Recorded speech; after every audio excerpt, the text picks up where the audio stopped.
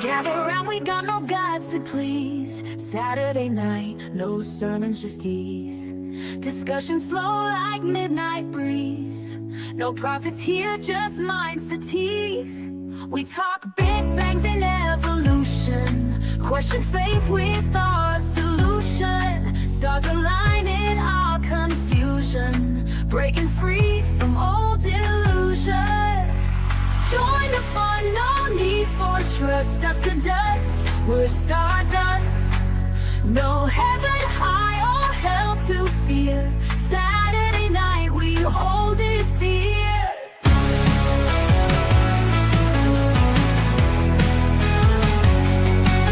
Fun and laugh at myth believers.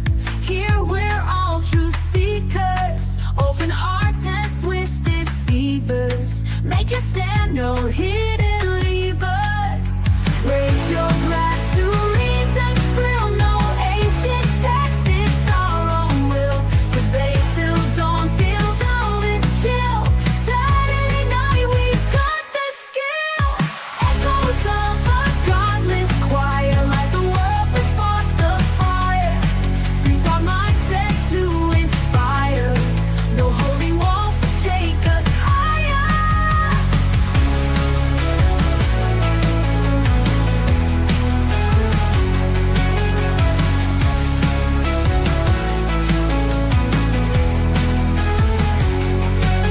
Join the fun, no need for trust. Dust to dust, we're stardust. No heaven high or hell to fear. Saturday night, we hold it dear. Join the fun, no need for trust. Dust to dust, we're stardust. No heaven high or hell to fear. Saturday night, we hold it dear. Join the fun, no need for trust. Dust to dust, we're stardust. No heaven high or hell to fear. Saturday night, we hold it dear. Fun and laugh at myth believers. Here we're all truth seekers. Hey, hello everybody. Welcome to Saturday Night at the Atheist. Please let me know if we all sound okay. How you doing, everybody? Good. Doing good. And hello, chat.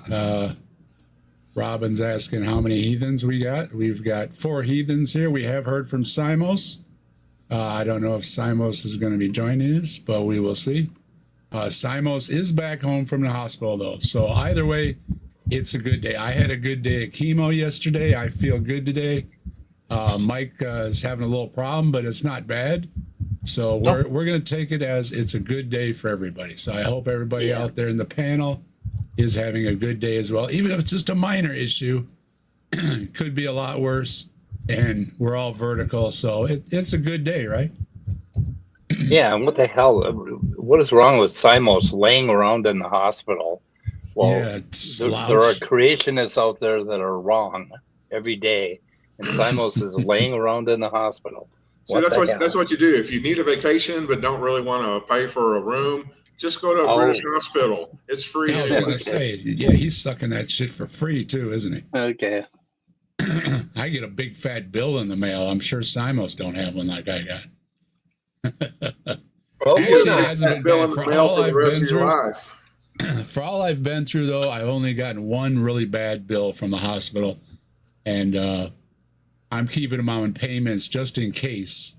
You know, the wife is worried about it getting overwhelmed with bills, but actually, the insurance has been picking up most of it. So, I did have an emergency, so a lot of it falls under emergency. But all in all, with a neurologist and drugs and hospital visits, doctor visits, I'm not doing too bad. So don't worry about me yet. Okay. Yeah. Insurance has been pretty good. The wife has pretty good insurance with her company. She's union and everything, and so I do feel for people that get these bills. Even worse is people that don't have any insurance. It's got to be really tough in this country because, oh my God, yeah. Yeah, that's scary. And so my heart goes out to, and all speaking of, there is a GoFundMe for Ember in the description. as well as for the panel members, as well as for Commander, because Slim hasn't been on a lot lately, and he's been doing his own thing. So Brainless has been hanging out with Commander, so I did put Commander along with Slim's and Brainless's names, so you know where to find them when Slim isn't streaming. So I did ask Brainless, hey, where you been hanging out? And he said, mostly over with Commander. So we put that in the description because Brainless doesn't really carry his own show, right, Brainless? Yeah, that's true. And I believe there's a stream tomorrow. I'll find the link in a bit. And Commander's another friend of the channel, so not everybody's thing with her investigations, but if they're into you and doing the games and stuff too, you know where to find Brainless is hanging out with Commander these days. Besides us, I mean, we're the most important, obvious, but you know. And just a quick update, I did have chemo yesterday. I feel pretty good today, so maybe it's something they gave me along with it. They also put me down for a full IV because I've been a little low on my stuff. I dropped 14 pounds, and so if you could wish 14 pounds back for me, everybody will be happy, all right? I've been trying to get as much in my mouth as possible, even empty calories, but mostly good ones, trying to get my protein up. The doctor was a little freaking out because right after surgery, when they first saw me anyways, I had put on weight because I knew I better put on a few pounds. And I was also retaining some water and everything. And so I had put on weight. Well, she was not counting that I had put on weight when she said, you've lost almost as much weight as it's been days you've been here. So she was kind of freaked out, but I haven't actually been losing a pound a day. I have been losing about a third, which isn't good either. You're only supposed to lose like a pound a week. And then the red flags go off, especially for us folks that they're monitoring our weight. So I'm down 14 pounds. So everybody knows. I do have my face back. I'm looking good. I'm not all pouchy. I did have I don't know, chin pouches, or is it puffy, or my chin and my neck were kind of puffy, but the rest of me, the wife noticed it in my legs, so she wants me to put that on so I have legs with some shape. And I do understand from working out and everything that, you know, losing muscle mass is not a good thing. So everybody that tells me, hey, you want to keep that weight, I'm the opposite when I go to the doctor. They want me to eat anything and everything and put on weight. The last time a doctor told you that, you were probably feeling like I do, because doctors just don't usually tell you that stuff. But they don't care what I put in my mouth, and especially some proteins, put some calories, bulk myself back up.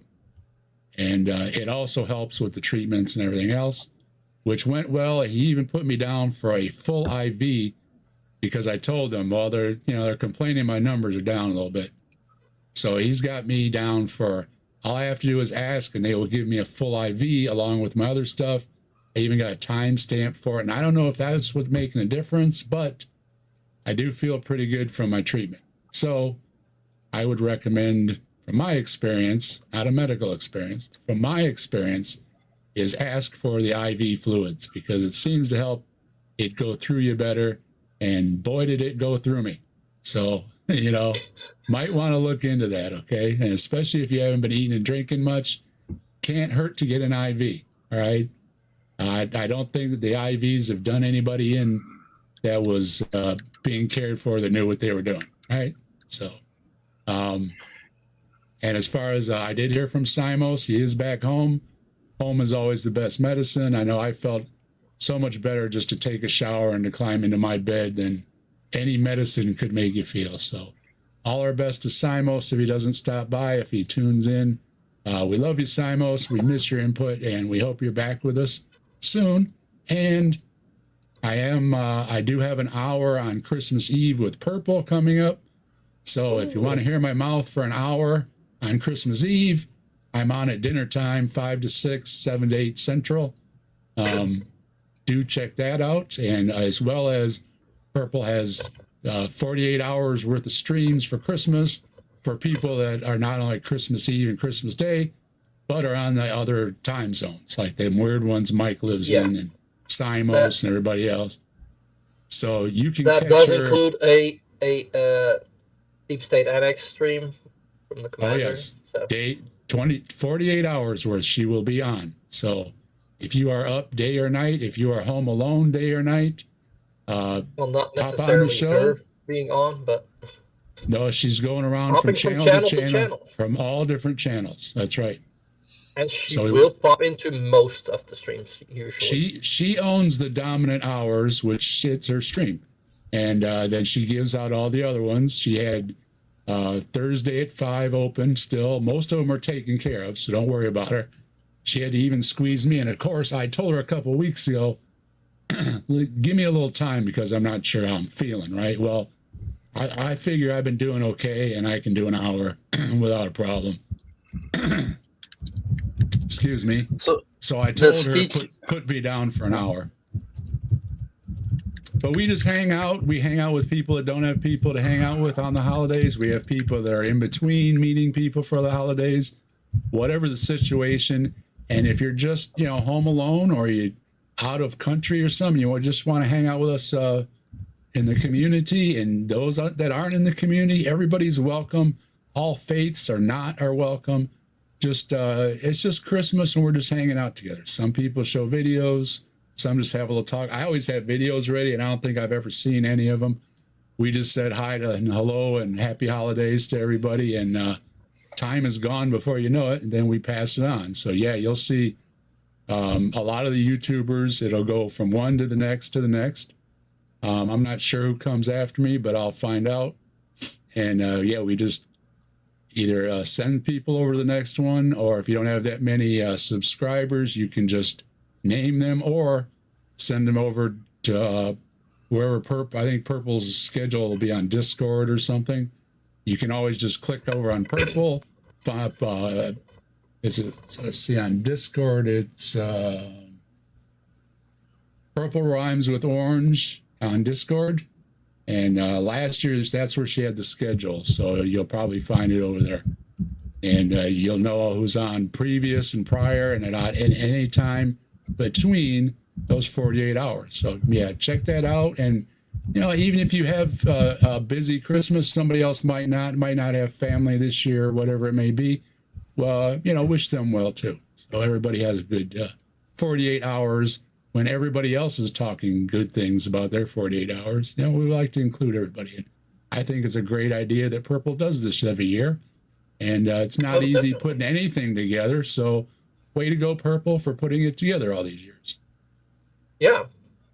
And I think this will be my 3rd year doing it. So just at least stop by and say hello to everybody. And it might even, if I'm not mistaken, I think that's how I'm on bumped into you and your channel.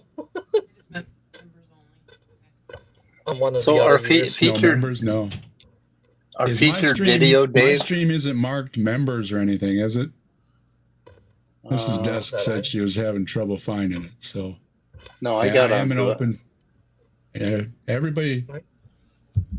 Hey, dear, everybody else says they're getting on okay, so maybe try a refresh. Yeah. Okay. It's a her problem. It's been up on my main page, so. Okay, she should be able to see it. She probably just needs a refresh. So yeah, I did. Everything went well yesterday, and the guy put me down for full IVs. So whatever they gave me yesterday, or with the IV, or the wife just gave me drugs, so I'm ready to go. So if you all are ready to go, let's say hey to the audience real quick, and we'll show the video. We've got Fred's here right off, and Brainless saying hello. Let's Farm. Scott Duke is saying hello to everybody. Hello. We've got the Tilting Windmill. I hope it don't fall over on us. Just kidding. I'm feeling good. I'm feeling good, Tilting. Good to have you, man. Tilting. We've got Ryan. We've got Jason. Let's see. We have got the Nymph joining us. Hello, Nymph. The Nymphoeum Vax, is that supposed to be like a museum or something? I could dig it. Mike's here, as we can see. And all the panelists have said hello. All the audience members are saying hi and hello to everybody. We've got Ed is in here. Good to see Ed. Robin. Robin, if you want to join us, you're always welcome to join us on Saturday. So I don't know why you're asking who's here or whatever, but if you're interested, Robin, always welcome. We've got Kelly from Detroit. Hello, Kelly. Rimmers is big. We like the big Rimmers. Hello. Briggery. Bigger the better, right? The Skeptic Philosophy. And let's see, I think I said hey to Jasper, but if not, it's always worth an extra. And I'm getting down. We got Demon here. Good to see you, Demon. Sorbet. Somebody's beeping me too. I need to have a word about the video you picked today. Hey, you don't like either one of them. Wait till you see the other one that's a dud. It's worse than this one. Now, this guy has 7 subscribers. He's an emergency room MD. He's Terrible also attitude. a pastor in his spare time. And he managed to get a climate change warning on this video. So we're probably going to get one too if we play parts of it. Oh, okay. So, well, like I said, I've done a video on this guy, and he covers all the headlines. So feel free to chime in. I don't want to ruin the fun for everybody, so to speak. oh, Hey, he's from top West Virginia. dog. He's Yeah, from I West did notice he Virginia. didn't have hardly any subscribers. I mean, come on. When I go to the dentist, I tell people I got a channel. You know, I'll pull a sub from anywhere. And speaking of, I lost 2 subs. Why? Why did I lose 2 subs? I just picked them up. So yeah, well, let's get me the 2 subs back, okay, folks? Dave. I could really use them. Of course, like if you just pick them up, you got to pick them up and tie them down. I know, they just run right off, you know? They probably got mad at something I said. The top dog, or as we like to refer to him as the top dong, is here. Hello, top dong. down. Yeah. Hill hugger from around the world. Good to see you. Yeah, good It's a morning special- from the future. How's tomorrow looking, Hill Hunger? We need to know. Really, especially in this country, we need to know how tomorrow's looking. Okay, so even bother getting up? Let us know, okay? Okay, I'm making a psychic prediction. Tomorrow will be chaotic. Okay. Ah. Jacqueline is here. Okay, what criminal is he gonna pardon this time? Well, what country is he going to bomb, basically, or in South America? Who's he going to attack next? So that's what we need to know. So are the soldiers who helped take over that oiler ship? Are they going to get a little eye patches instead of like medals to show where they served? Yeah. Oh, that was a terrorist ship. That was a terrorist oil ship. I got a thing. I got a message too. Yeah, I heard someone say like, well, that was justified because there are sanctions on Iran. I don't know what the hell it's all about. I'm going to start a poll. It's just a yes or a no. If you have seen a dinosaur, not avian ones. So, Brainless, there's a lesson here for you guys over there and across the pond. Just don't piss Trump off. Because he puts you on a list, doesn't he? He'll put you on a list. He'll be after your tankers. And, he'll be bombing your fishermen's boats and everything. Just don't fuck with him. You don't go fishing either, especially with a lot of motors Don't on go the back. fishing. Don't go fishing on the don't ocean. go fishing in not even in your own waters. Yeah, because and that don't matter. And don't let your dog loose around Chrissy Gnome, because those 2 things will end badly. Fishing boats and dogs. He'll get a cap in his rear. Yep. The YouTube like those words in Minecraft, all right? All right, well, so we got a yes or a no. They love double tapping, even boats. We're going to be real scientific in this one, and we're going to ask people, have you seen a dinosaur? Not avian. We've all seen those. Have you seen a dinosaur? Been to the Congo recently? Let us know. And with that... with shrooms or without? Mushrooms, straight up dinosaurs. It's got to be a straight, what the heck? That was a dinosaur. Just blocked up traffic or walked across my field. Or when you were hunting and it was nice and quiet. Forget Bigfoot for the moment. Dave, have you seen a dinosaur? I'm old, but not as old as you. Yeah, well, I haven't. I'm old, but I haven't been around a lot. Mostly highway driving. So Mike is our tourist of the crowd here, I believe. Maybe Scott. I'm not sure if Scott's a tourist or not, but I know I don't. No, I'm not. Mike tours his area. My area. Well, your area is pretty remote, though. Yeah. I seen you were getting cold.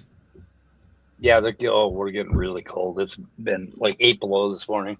My kitties are so depressed. Are you going to get the bounce back before the next cold comes? I don't know what. Yeah, I think we're going to get a little warm, and then it's going to freeze again. So it's really bad. Yeah, then it's going to warm back up for January. So we're all over the place. Okay. You ought to see my kitties when they go outside. They come running in at about 100 miles an hour. They come flying through the cat door so fast that they almost get a concussion. Well, speaking of what's things going overseas there for you, Brainless? Is mild or moderate or? It's pretty mild. It's not even that rainy. It's for the time of year. I'd say it's okay. Not extremely cold. We have some days that it's pretty cold, but up to now. We're going into the 40s next week, and 30s and 40s.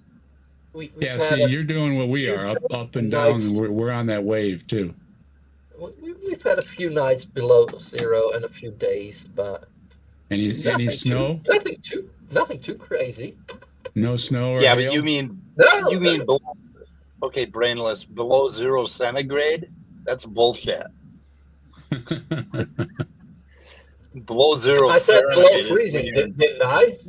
He said below freezing. 0. Below freezing.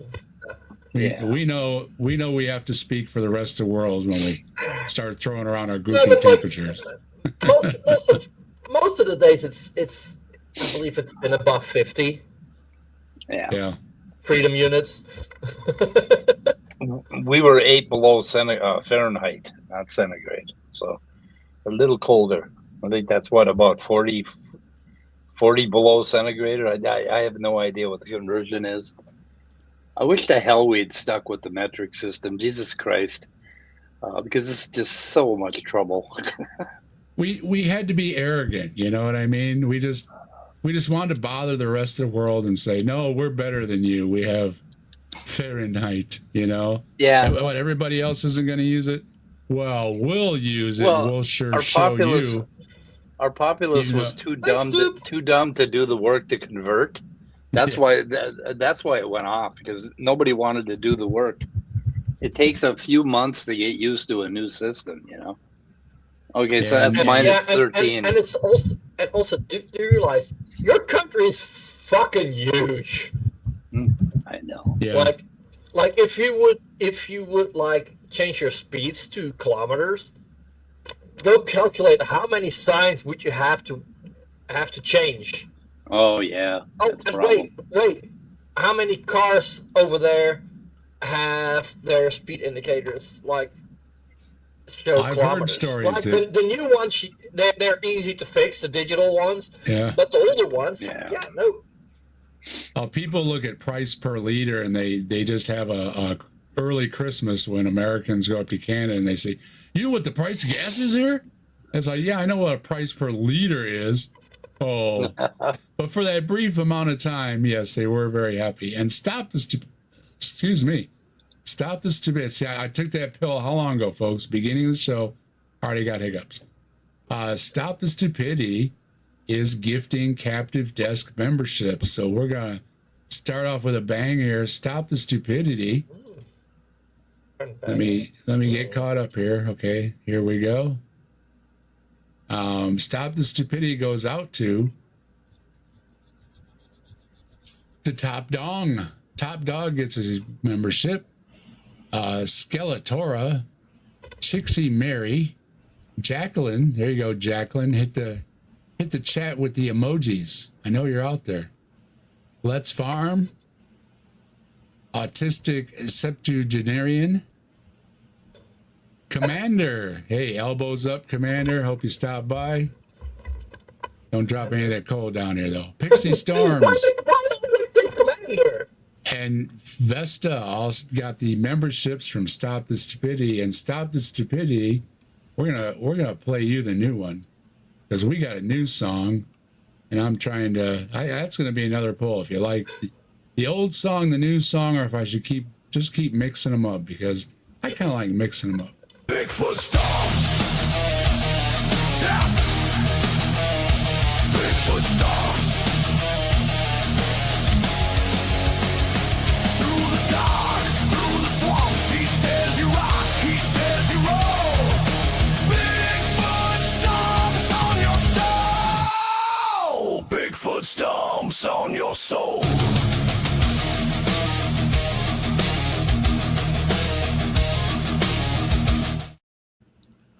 I really like that Bigfoot because you can tell he's looking for trouble. And his lips are just a little bit off, you know, where he wants to stomp your soul and points at you right at the end. I almost had perfect timing on that. If AI would have cooperated a little better and I had a little better software, I could just about cut those lips right in there. And Scott, speaking of, I didn't want to leave you out.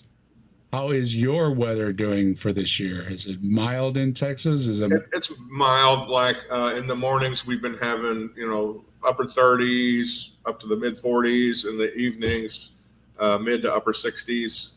I think yesterday we hit 70. So right now it's just probably as good as you would want in Texas.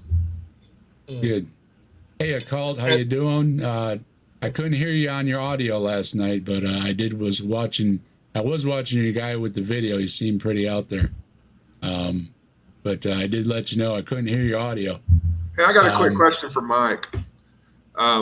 Did you say, were you talking about minus 40 degrees Celsius and you said you didn't know what that was? No, it's minus 13 is minus 8. Minus 13, okay. Because it just so happens, quick fact, that is the point where Celsius and Fahrenheit become the same number. Yeah, they start to match. Yeah. So anyway, that was totally useless. I'll just go to mute now. And Dave, most Celsius isn't bad. You about double it and you get a rough guesstimate, right? It's the temperature one that throws us way off. Go ahead, Brainless.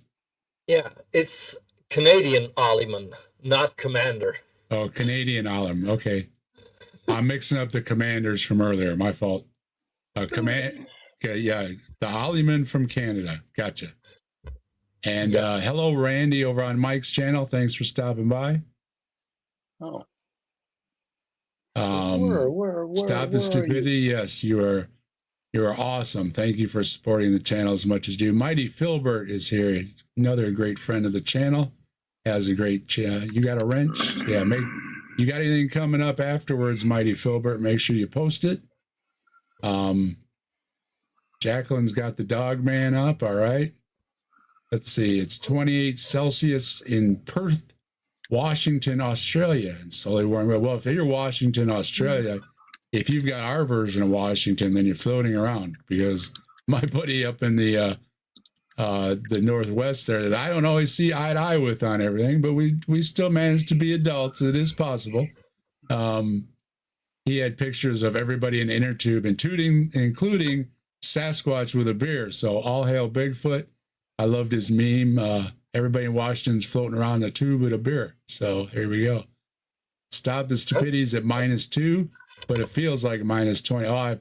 The first time I've been warm was the last couple of days. Before that, I just couldn't get warm. That's another thing with this illness. You get very cold, I'll have every blanket on the house. I asked the old lady to cover me up because I can't even cover myself anymore, right? And then in an hour, you're like, oh, you're throwing them all off like you're having hot flashes. So, Jacqueline, again, appreciate the emojis. Anybody that's a member of the channel, make sure you're dropping emojis because I love the emojis. Quasar, good to have you here. And here we go. We heard from Scott. All right, we're all caught up. We're caught up with chat. Thank you again. Stop the stupidity. One little more thing. I found that link for tomorrow's stream. That's in 22 hours. Put that up. On the Deep State Annex. And it's science versus science deniers. All right, make sure you check out Brainless over at the Commander's channel. Deep State Annex for her latest investigation into what is going on. And that's the right one up on the screen, right, Brainless? Yep. And you will find a description or a commander in the description as well. So if you miss that, you can always go to the description and find it and copy, paste, get over to the channel. Then all you do is just find the video. It's just that easy, all right? Yeah. And to make sure you subscribe to everybody in the description, all up and down, including Joe, which, hey, I did get a message from Joe. All right, let's see. Okay, for everybody that was trying to catch Joe earlier, he had to reschedule. So that was the problem there. Time zone mistake. I have you on 6 to 7 Central, so 7 to 8. Okay, I'm going to be on Purple's channel at 7 to 8 Eastern. Okay, I'm going to mark that down because I don't want to forget. Hey, I lost a sub today too, Dave. It must have been the day for them to, I don't know why the hell they do that. What's the deal? The day of the purge? Subs. That was the me. day of the purge. Oh, you unsubbed? Yeah, that was me. So I got mad at you and unsubbed. I heard about the purge. I'm not going to mention it, and I'm not going to talk about it, and I'm not going to get involved in it. But I heard there was a purge, so I could have been caught up in it. If I was, I'm not taking sides on the purge like I normally do.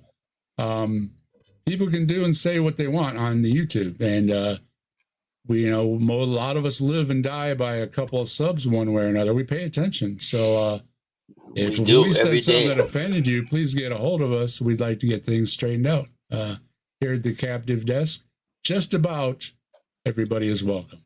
And every morning I get up and I see, I look at how many subs I have, and it's I either have a tear in my eye or a smile on my face, depending on which way it's going. I want y'all to know. Well, isn't it basically as long as you're not offensive, you're welcome? Right? Yeah, I was just telling Purple that I will announce when I'm going to be on. So she said she's central, so she's doing that crappy thing like Mike does, and so it's 7 to 8. Okay, I'm not. The one on 6 to 7 Central, so 6, 7 to 8 Eastern. Yeah. Okay. I'll be on Purple's channel Christmas Eve, between 6 and 7 Central, which is 7 to 8 my time in Eastern. So I do have, I understand. So, okay. Gotcha. When was that Just coming told out? Deep State. Folks live. Okay. There, Purple's taken care of, and Joe had reschedule issues. So any of you that were looking for Joe over there on the Kentucky Atheist, another great friend of the channel, just so you know, he had to reschedule, and that's what the problem was when we went over there, and he wasn't on there. And hello, Let's Farm. If you didn't hear, I think you got a membership. And once again, any of you that don't have one or need a wrench or anything, just give me a shout out. Let me know, because I let people post their links and all that good stuff here on the captive desk. And let's get going on. This isn't a very long video, but I guess we better get started on it, shouldn't we? Because it's been more than a half. I don't like to spend a half hour in intros, and I have. So here we go.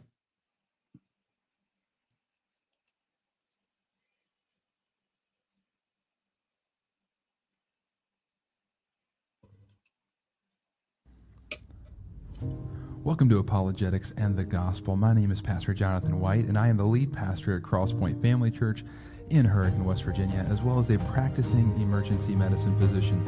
Our question for today is, what happened to the dinosaurs? This is an intriguing question for many. It needs to be noted that the actual word dinosaur was not coined until the I'm going to let somebody else speak here, so go ahead. How long ago did we lose the dinosaurs? What happened to them? And does it matter when they got a name? Right. Whoop. I haven't Yeah, seen one. it's definitely not pertinent to any kind of thesis that the dinosaurs were killed in the flood, or versus now I can't remember the name of the damn comet or asteroid. Chicxulub. Trophy. And I keep thinking to myself, okay, this guy's an emergency room physician.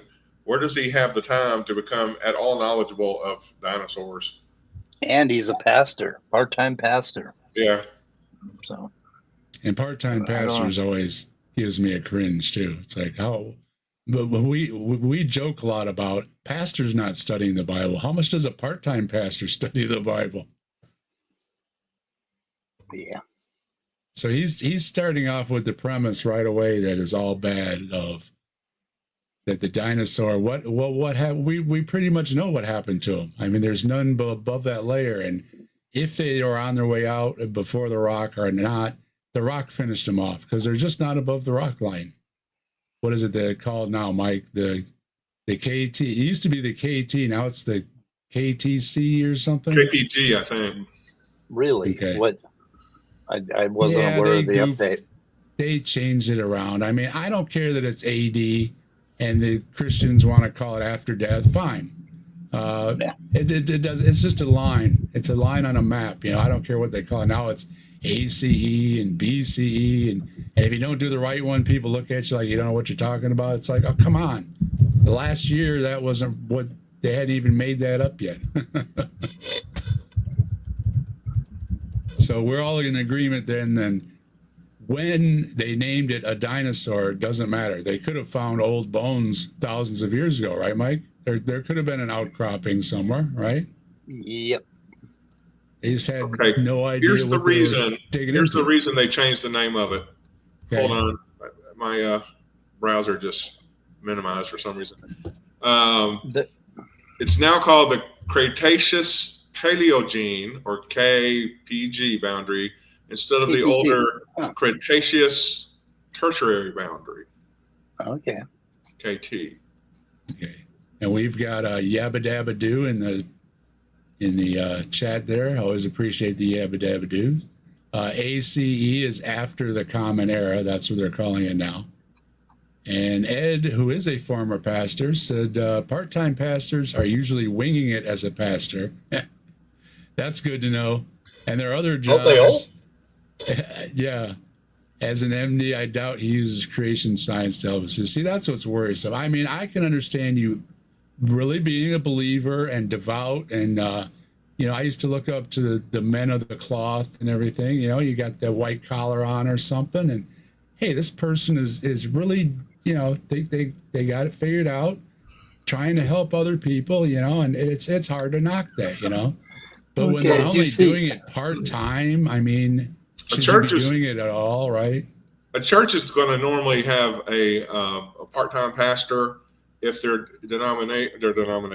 congregation is real small, real new, or just real.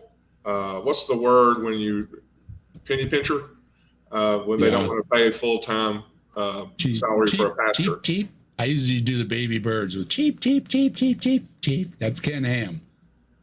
He'll put together $1 million attraction, but he won't pay anybody for it. Did you see the Facebook mention by Skeptic Philosophy? There's a group called Dinosaurs Against Christians Who Are Against Dinosaurs. Oh, I'm yeah, I've joining. seen that. That's a great Facebook group. I'm going to look for that. I think I'm in that one. You might notice me over there. If not, I've heard of it. Yeah, I just popped it on link. screen there. I got a link. Skeptics got a wrench. Haven't put a link up. There are some full-time pastors that actually go from church to church to church each week in order to actually get a full-time salary. So they've come up with different creative financial structures. I'm in support of, if somebody is dedicated as a full-time, no matter what the job is, you should be paid well for your job. So, I mean, I understand there's not a lot of money to be made. There's a lot of small churches and everything, but yeah, I would agree too. I do have sympathy for somebody who is a true believer and is trying to do their best and spread the word. It's like, they knock on your door or hold the door for you at the store. I understand they're trying to be, good by their fellow man or whatever the line they give you is. That's all good and well. And I want to make it very clear, I have never complained about any of these things. You know what I mean? Oh, that dang person was courteous to me. Oh, well, sorry, right? I mean, do we want a world where people aren't courteous?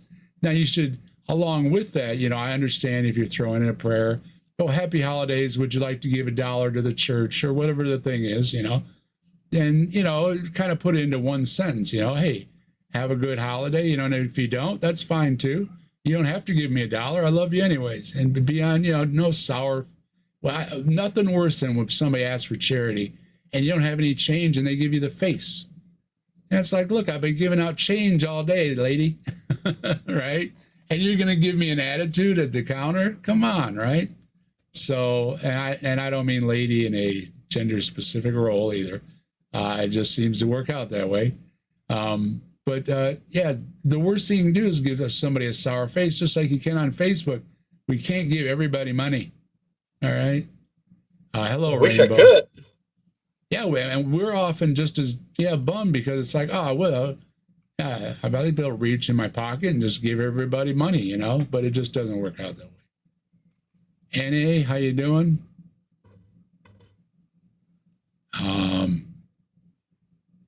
Did I see this other one? I can't even pronounce it, but it starts with an E. I don't give to the red kettle anymore. I heard too many bad things about red kettle. My wife took her thing off of them for work. She goes somewhere else now and gives it to them out of her paycheck, or out of the union thing. They voted on it because, the kettle has too many issues. I agree with that. I didn't see it, Jacqueline. Hello. Oh, yeah, I saw you, didn't I? Told you about. I tell you, yeah, you got emojis. Okay. Steroid must be kicking in. I'm losing my place. All right, back to the video. Are we ready? How far are we? How far are we on the video? Oh, we're not very far. That's about it right there. 3 seconds? Yeah. The 19th century. Sir Richard Owen came up with the term in 1842, although there had been reports of fossils found well before this time period. Yes. So what exactly is a dinosaur? The word dinosaur literally means terrible lizard. However, trying to find a good working definition for the word is extremely difficult. I had one that got away. One common denominator of agreement is the fact that dinosaurs are extinct now. That part of the definition might have just been a spoiler alert for this podcast. What happened to the dinosaur? It's not really a spoiler alert. If somebody's watching your thing, they probably also watch Hawaiian Shirt Guy, who also watched John Pendleton before he passed away, and still watches L.A. and a bunch of his friends that all think the dinosaurs are still running around, and I'm not speaking of avian ones. And checking for that thing there, my poll, completely scientific, is, have you seen a dinosaur? We've got exactly a third have seen a dinosaur. So we're completely scientific here. We're being unbiased. My poll says 33 to 67. So that's pretty much a 3-way split, right? We'll let that go for a while. Okay, and back to the video. So a third of the people still are, in my group, have still said they're alive.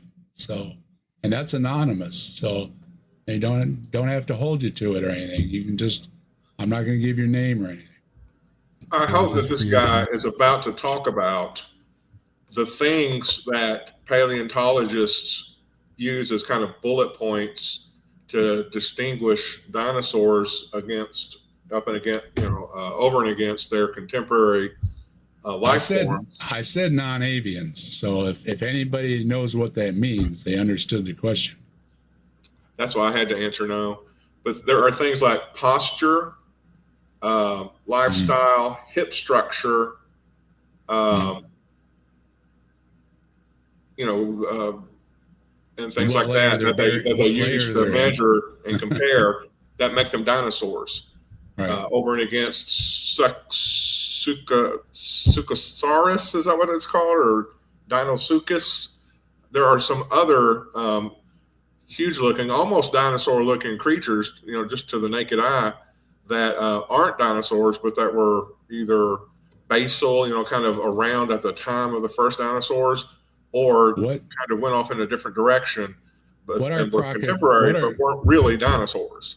Crocodiles predate dinosaurs, or are they as old as the dinosaurs? I think they predate, but they branched off at some point, right? Yeah, they're cousins, I guess you would say. Yeah. But anyway, that is something I hope he brings up, but I don't know. I have kind of a pessimism that he will do that.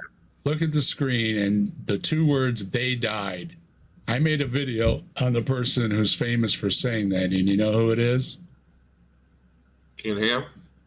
Ken Ham. What wow, happened I to just dinosaurs? Well, when they ask him questions like this, which of course they're going to do, they're young Earth creationists, he'll give a smarky answer that is such as, "they died." It's like, no kidding. That's what the question is. What happened to them? And yeah, that's how he answers. So guess the type of creationist he's getting. It, all his stuff, well, like I've often said, trickles down from a few top people. And one of the top people is Ken Ham. And "they died" is right from Ken Ham. So just anybody listening knows this guy is repeating Ken Ham. And that was my comment of, it doesn't make it more true just because you're repeating Ken Ham. Just Ken Ham likes to say. See, like Ken Ham likes to say. I have seen the video before, but I honestly, folks, I didn't memorize it. Okay, I did not know he was going to say Ken Ham in the exact next words, but he did. He's repeating Ken Ham. Great source repeat.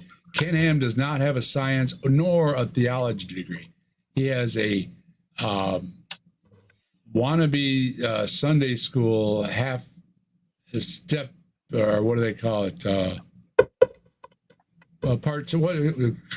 Substitute teacher that probably couldn't even get a job nowadays because of the credentials. It took some natural science classes in an Australian university that is not even that big a school, and he's like doesn't have any specialties at all.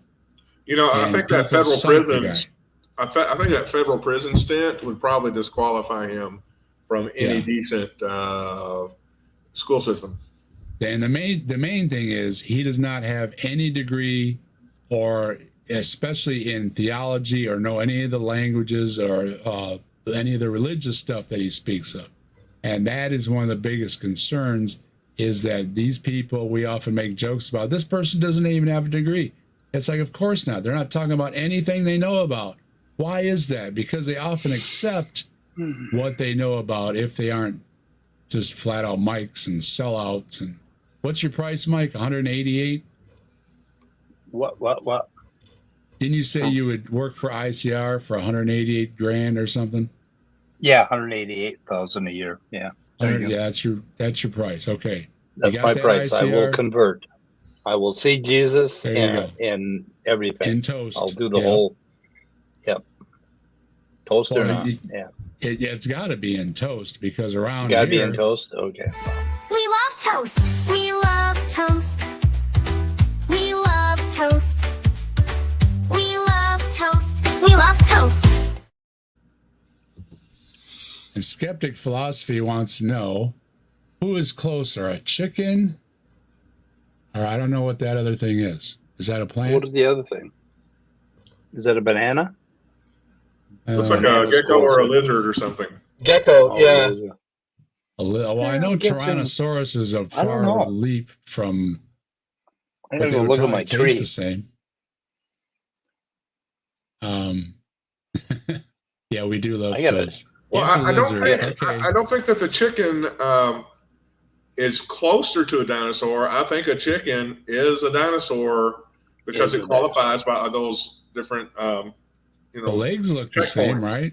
Got the big drumstick. I mean, if Fred Yeah. Flintstone was for real, those ribs aren't that very big. Those are the baby backs, and but the leg bone, heck yeah, man. I mean, you could have. I know Henry VIII is questionable or whatever, but one of those guys' outfits, with the big turkey leg, talk about a turkey leg. I mean, I'm off the screen with the size of the turkey leg. Big chicken, get over here. Big turkey So leg. chickens are closer by a mile to because they are dinosaurs. So There you go.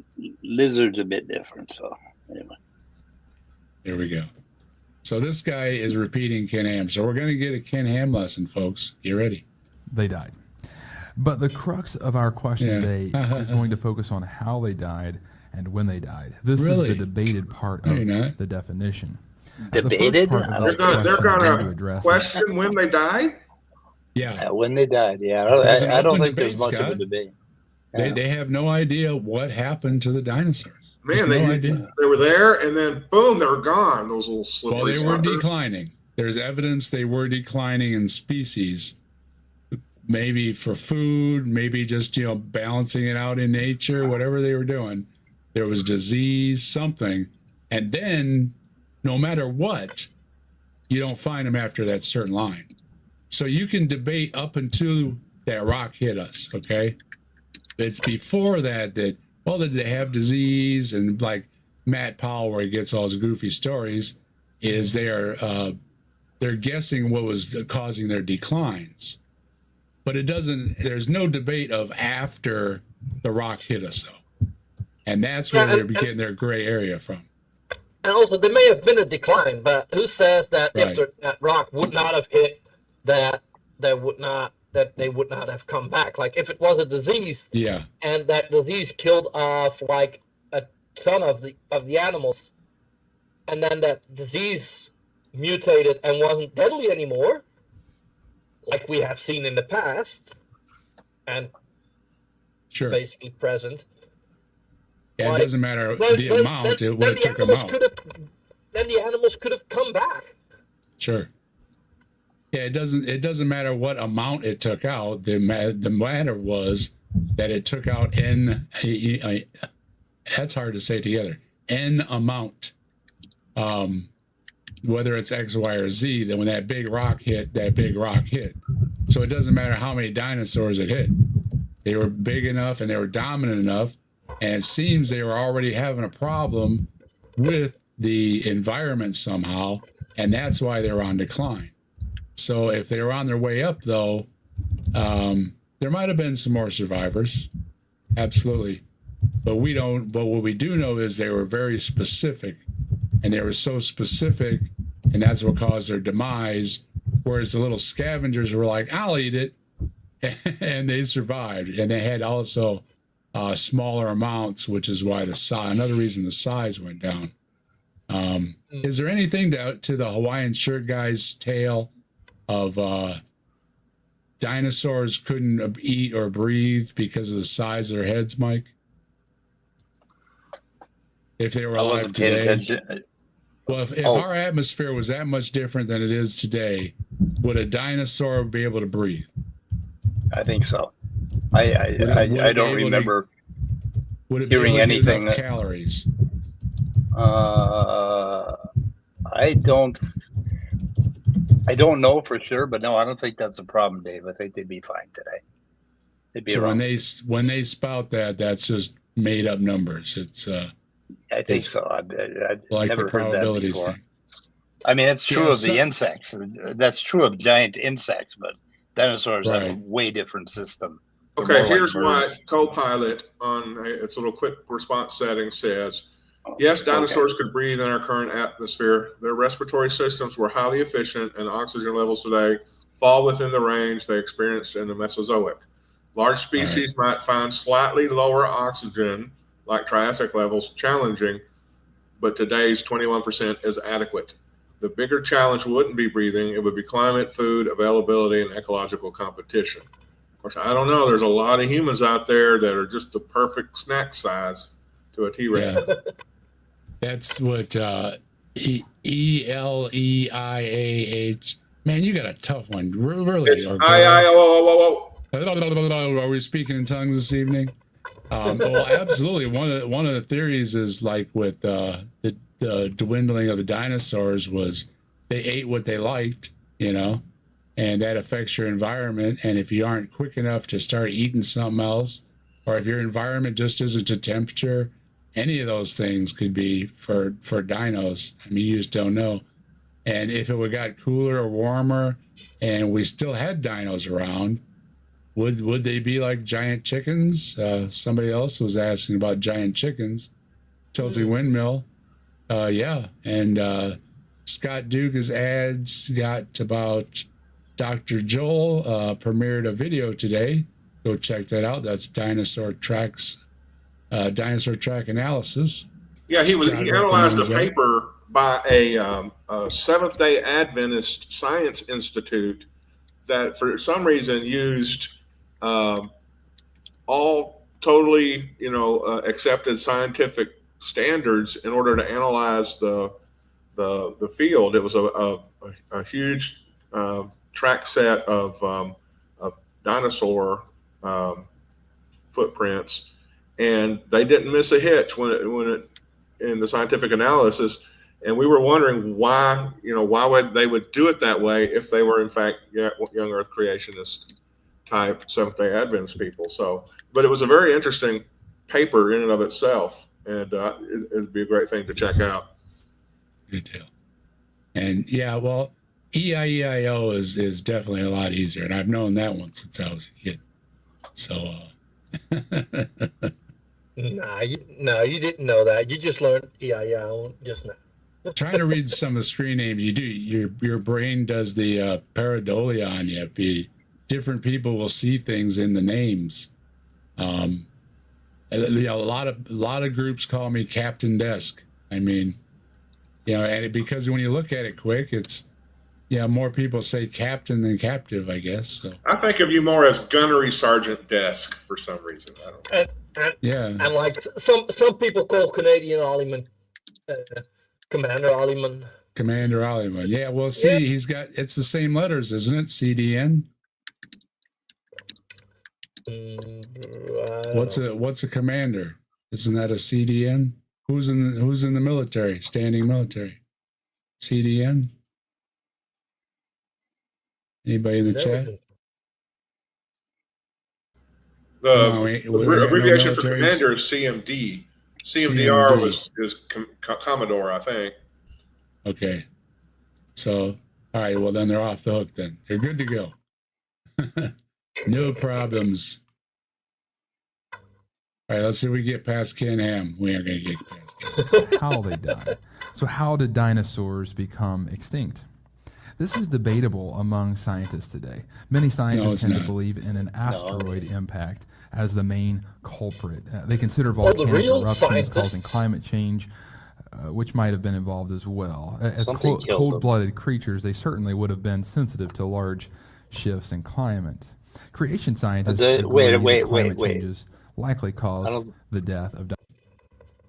I don't think cold-blooded. I don't think there's evidence for that. I don't know.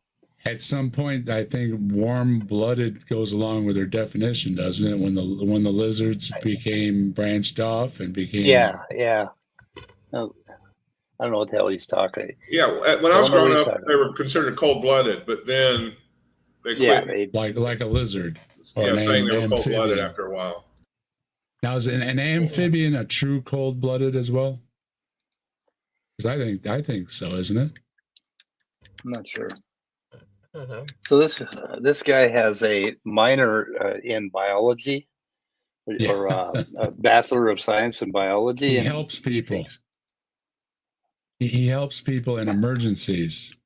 That's my problem. Not that he's doing a planned operation. He's No.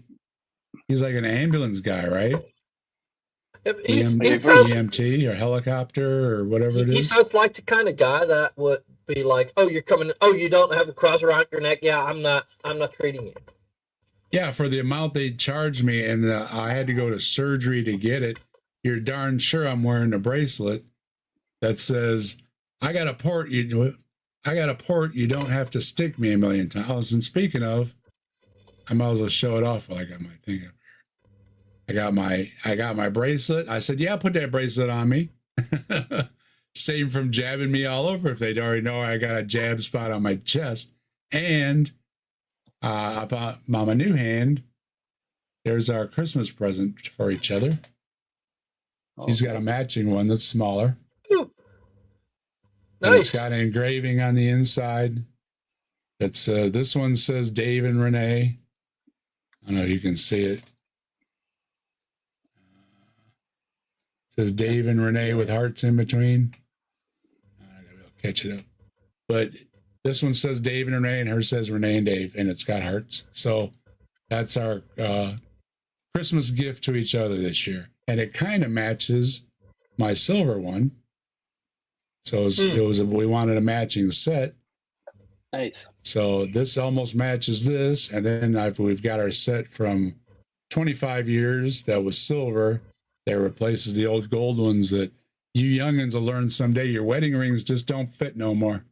Not without getting them cut. There's no amount of soap or anything that's going to help you with those bad boys. So I got bit by a spider, and my wedding. I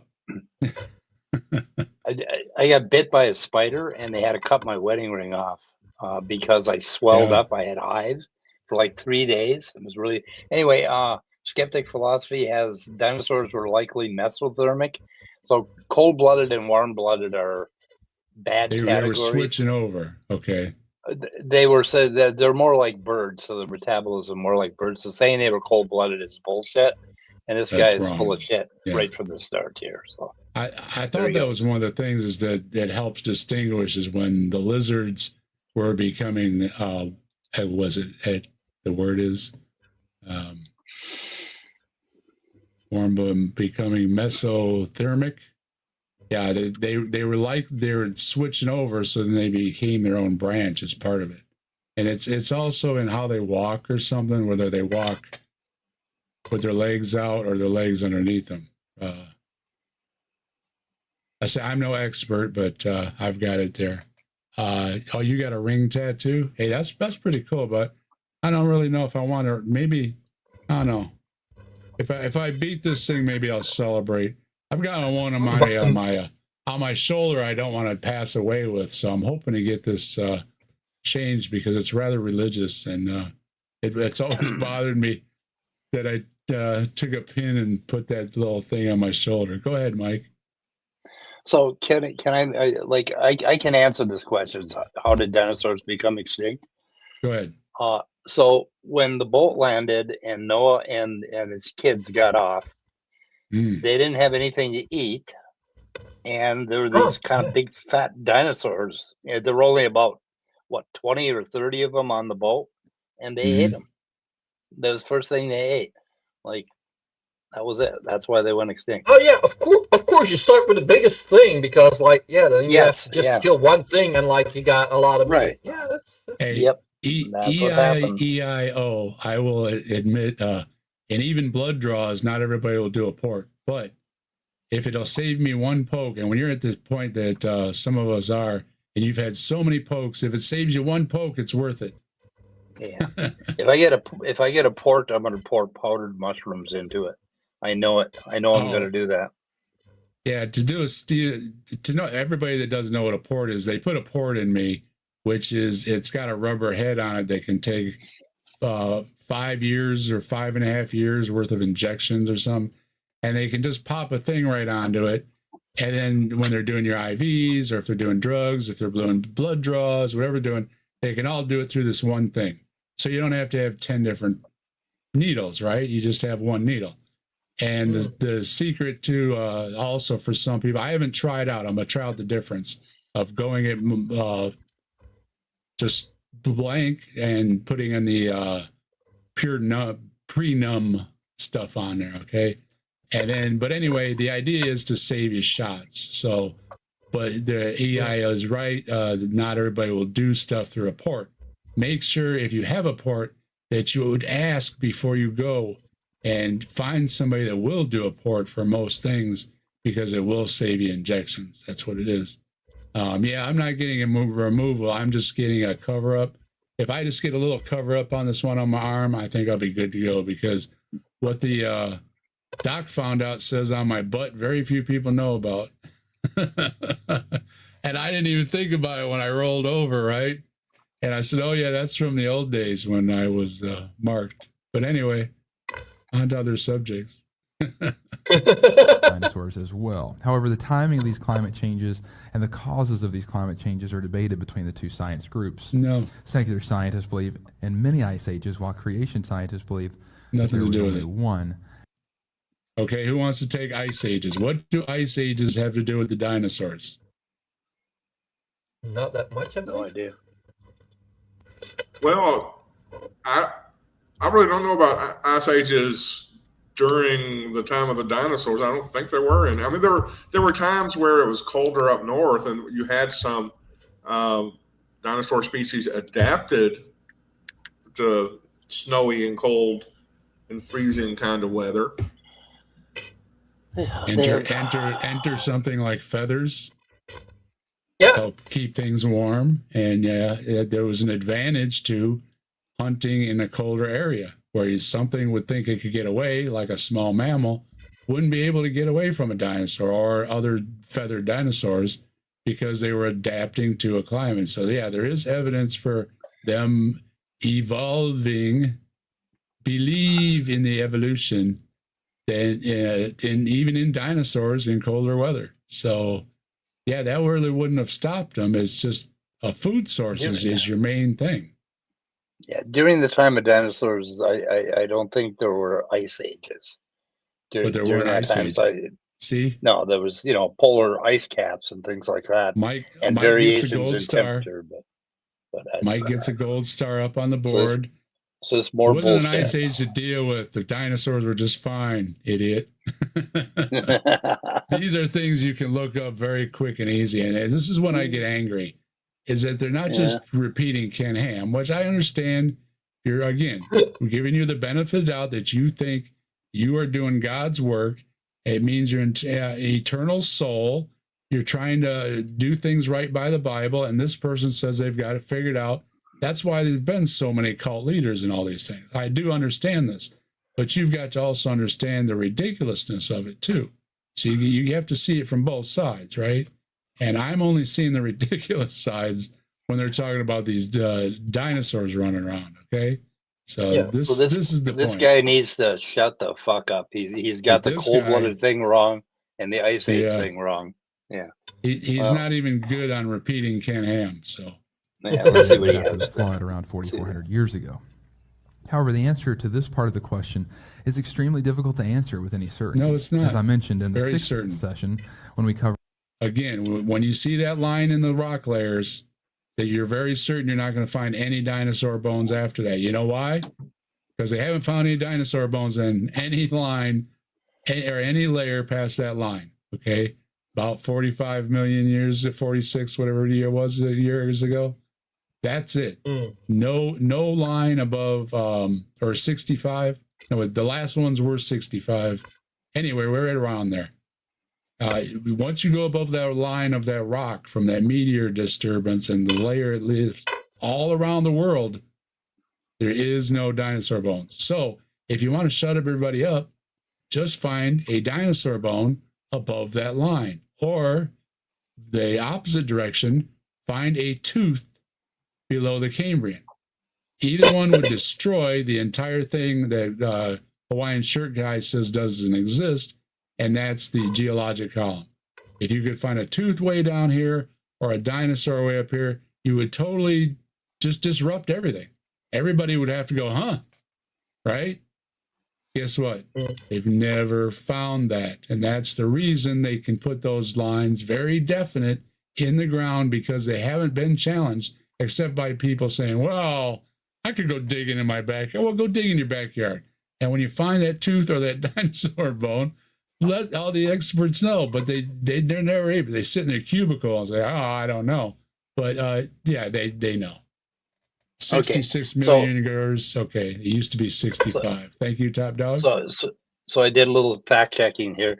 So in ice ages, when we have ice at the polar caps, so we're in an ice age right now, and there were no ice ages during the time of dinosaurs at all. Yeah, we're at the end of one, right? I don't know if we're at the end or the beginning. That's another question. But yeah, that's true. I don't know Hey, shit Chris, about how you doing? But anyway, so there were no ice ages. There were forests basically in the very high latitudes during the time of dinosaurs. So what is he talking about? What kind of bullshit is he saying here? Let's see what he says next. What's he gonna say next? Then like it also depends on like how you define an ice age, because like they define it as ice at the caps, basically. Yeah, no, but So like as what I learned in school is like that, like even over here there was ice. So and like and by the definition that you're using, we're currently in an ice age. So we are. Yeah, no, so you're either going into one or you're coming out of one. And like, yeah, no, but like if that's like an old definition, like if you still hold on to that definition, like then the number of ice ages will be different. That's always a problem in science is you get an old scientist, a young scientist, they're talking past each other because they're using the new words. Yeah. Carbon dating, there are two kinds of science. The first being historical science, which is based on subjective. Where have we heard this from? No. Now, mind you, folks, we don't do these videos to attack these arguments because these are the same old arguments. The point is these people are still using these sorry old arguments. Okay, so when you hear this, and I hear a lot of, oh gosh, Mike just said it, right? Oh no, not this argument again. No, right? not again. Yeah, historical but they keep science. Using it. There's no difference. Go ahead, Mike. Historical science not open to subjective opinions. Your fucking opinion doesn't matter. What matters is the evidence and the inference, right? So the subjective opinion is bullshit that they came up with. If you're a biblical creationist, young earth creationist, then you have a fucking opinion and no facts.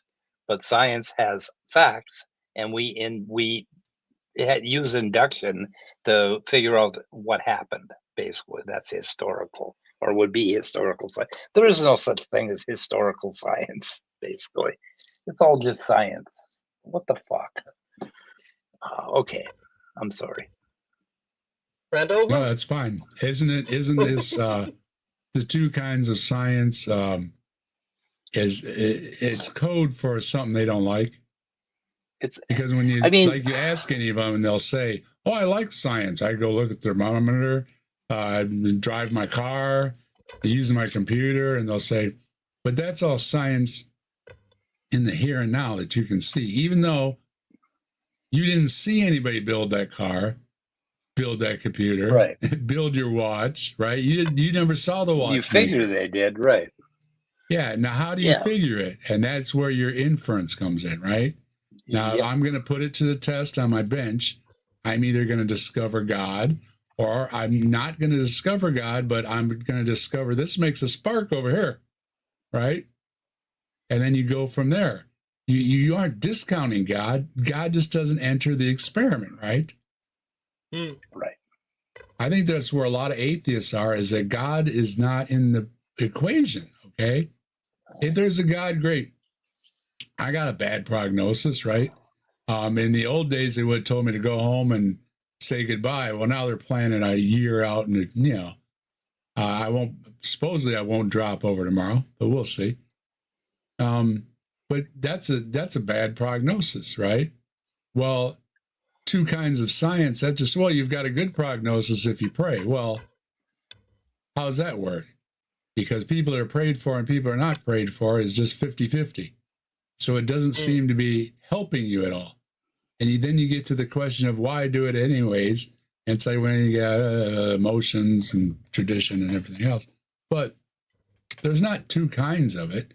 There's just a timestamp on you. And it doesn't matter what it is, it's going to come up. It kind of takes the objective out of it. I don't care when. The question is going to be what date they write on there that I expired, right? So and of course, our favorite answers in atheism, this is from Ken Ham as well. There are two kinds of science. And that's just like giving you two answers, isn't it? So this guy is saying not observational, he's saying objective science. If it's reproducible, it's objective, which is a dumb thing to say. Yeah. Not reproducible, open to subjective opinions. No, that's not what we're talking about. I'm trying to think of an example. If you get in a plane in New York and you fly across the United States and you look down, what you're going to see is a whole bunch of square patches all the way from coast to coast. You're going to see all of this deforestation and square patches, right? Okay. Is that historical science figuring out how that happened, or is that objective science? Can we reproduce that? No, we can't reproduce the colonization of the Americas. But we can look at the evidence, and we can look at all of our we can infer all of the things, all the information and evidence we have from the past, and we can figure out how the United States turned into all those little square patches, right? Instead of wild, like down in South America. So this is just bullshit. And it's not subjective opinion that we colonized America. We can figure that shit out. And so what we do is we figure history out using a whole bunch of evidence. And it is objective science. It is not subjective opinion. Opinion has not a fucking thing to do with it. Anyway. Yeah, I asked Copilot, because I always like to do that. I'll take an assertion of a creationist or whatever and just put it in the form of a question to Copilot, and it's usually the opposite answer. And I said, well, is there a difference between historical science and observational science, or is that just something that what did I say? I said, is that something that only creationists, young Earth creationists say? And I said, yeah, that's something that young Earth creationists will say. But most scientists, they don't make that kind of distinction. And there are reasons why you can, look at historical issues and events and have a scientific objective basis for your conclusions. So ChatGPT says the objective science versus historical science line is a rhetorical dodge, not a serious epistemology. It's mostly used by creationists to cordon off anything inconvenient and declare victory by definition. And I want to say hello to Sydney around the world. Hello. And Tilting, or who was it that was saying hey? There he is, saying hey to Ape. All right. Hello, Ape. How you doing? Quasar, if I didn't see you, how you doing?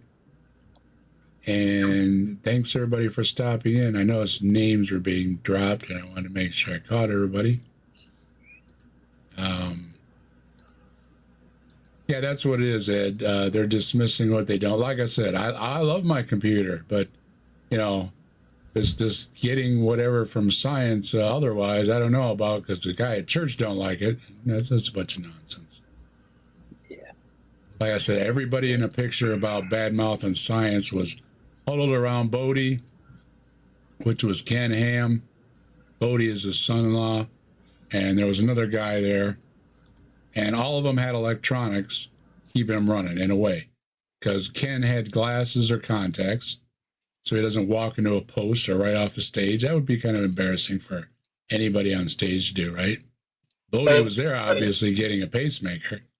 And the other person, I know, I think I was talking about Georgia. Georgia has a cochlear implant. Now, great for these folks, right? They found a way to give these people hearing. But how dare they get on stage and say science is bad? Oh, well, I love the science when it does something good for me. But I don't like science I don't like hearing about. And it's like, Well, you wouldn't hear anything if you didn't have a cochlear implant. Right? No offense. No offense. I think it's a fantastic invention, but it's like, do they hear themselves? You know, pun intended. Do they hear themselves? You know what I mean? Man. And of course, they're peddling a lot of this stuff online. And it's like, well, you're on the internet, right? There's so much science you can't even begin to comprehend it. We have Mike on the internet. Just that alone overwhelms the internet, okay? So a good way to say this is the past leaves scars and science reads scars.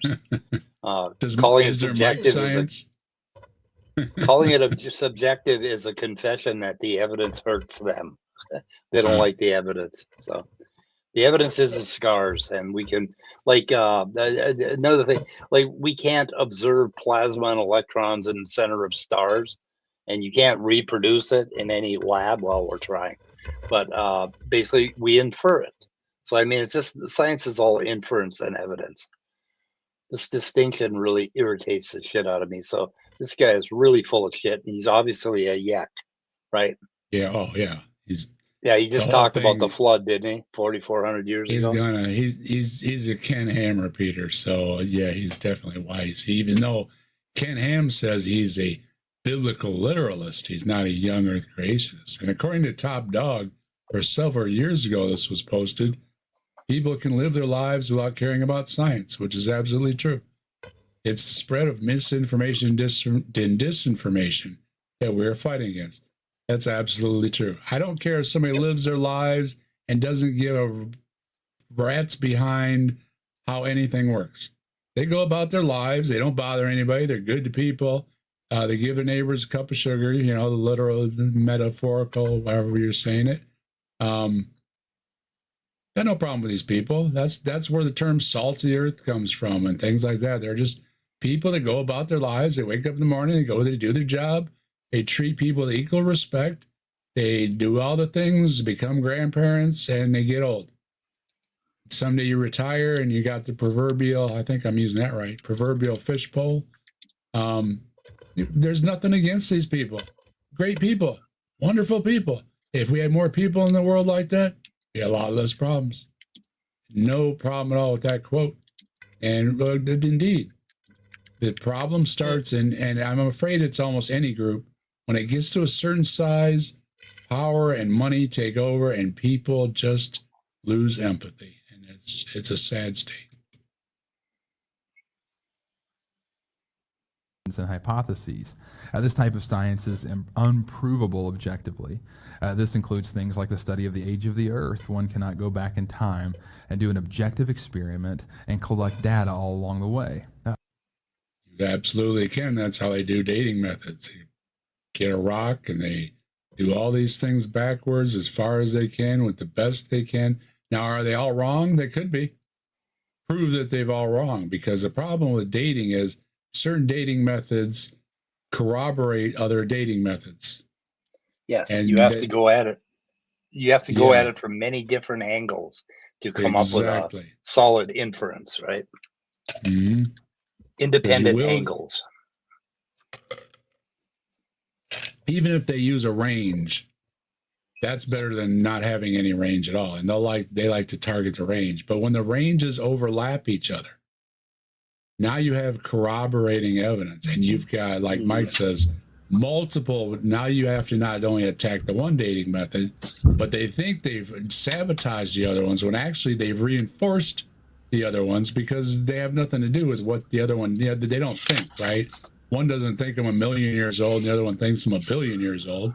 They don't think these things. It's just when they do the math, there's these overlapping lines that corroborate each other. And then there's completely different things like known events we have, things like volcanoes that show up in ice cores that go back almost 1,000,000 years. So within that, you can corroborate. So it's, again, as Mike was pointing out, inference is not hard to figure out. Well, if it's good for 100 or almost 1,000,000,000 years, then it would be good for 2,000,000,000 years, right? Well, prove it isn't good for 2,000,000,000 years. Because what everything shows is if this is good for 100 and this is good for 1,000 and all these methods are overlapping each other all the way back, to a certain point, you're going to say, well, obviously they've always been the same because they haven't changed in this amount of time. That's where a creationist or a God of the gaps will leap in and automatically say, but aha, you don't have an answer to all of my questions. So that means the whole method is out the window. And it's like, no, you haven't had the entire method explained to you to begin with. What's Tori say? She's giving out advice. Well, I hear those things are a killer. Yeah. Well, let's say you've asked me, do you ever have a headache? And it's like, what a stupid question, right? Huh. And it's like, you mean, am I having one that I'm worried about? No, the doctor feels my head and everything, says, okay, it's a little bit puffy, but they cut my head open, but most of it's pretty good. And, but it's like, have you had something to drink today or something? It's just such a stupid question, and they ask it to you over and over, like, you have a headache, and it's like, well, do you mean I'm coming here because my ears are coming out my ear or my brains are coming out my ear? You'll know that, right? I'll come in here and say, Doc, my head hurts. But I guess there are people that walk around with their head hurting and just never go and do anything about it. And migraines, I hear are very life-stopping events too. And they find out more neurologically to help folks out all the way around. Yeah. I used to say I wouldn't wish a migraine on my worst enemy, but there's actually a few people I do wish migraines upon. Yeah. But nowadays I'm just old and cynical now, I guess. Share the pain with me. They didn't even really leave a hole, but my Mrs. Desk will say that they didn't take anything out of my head. They put something in. Very funny, Mrs. Desk. I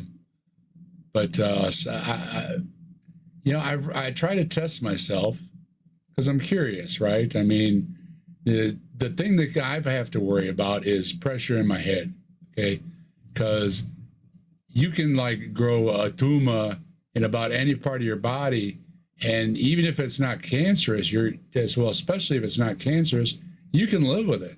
People lived with tumors and things growing all over their bodies for a long time before so-called plastic surgery or like voluntary surgery, right?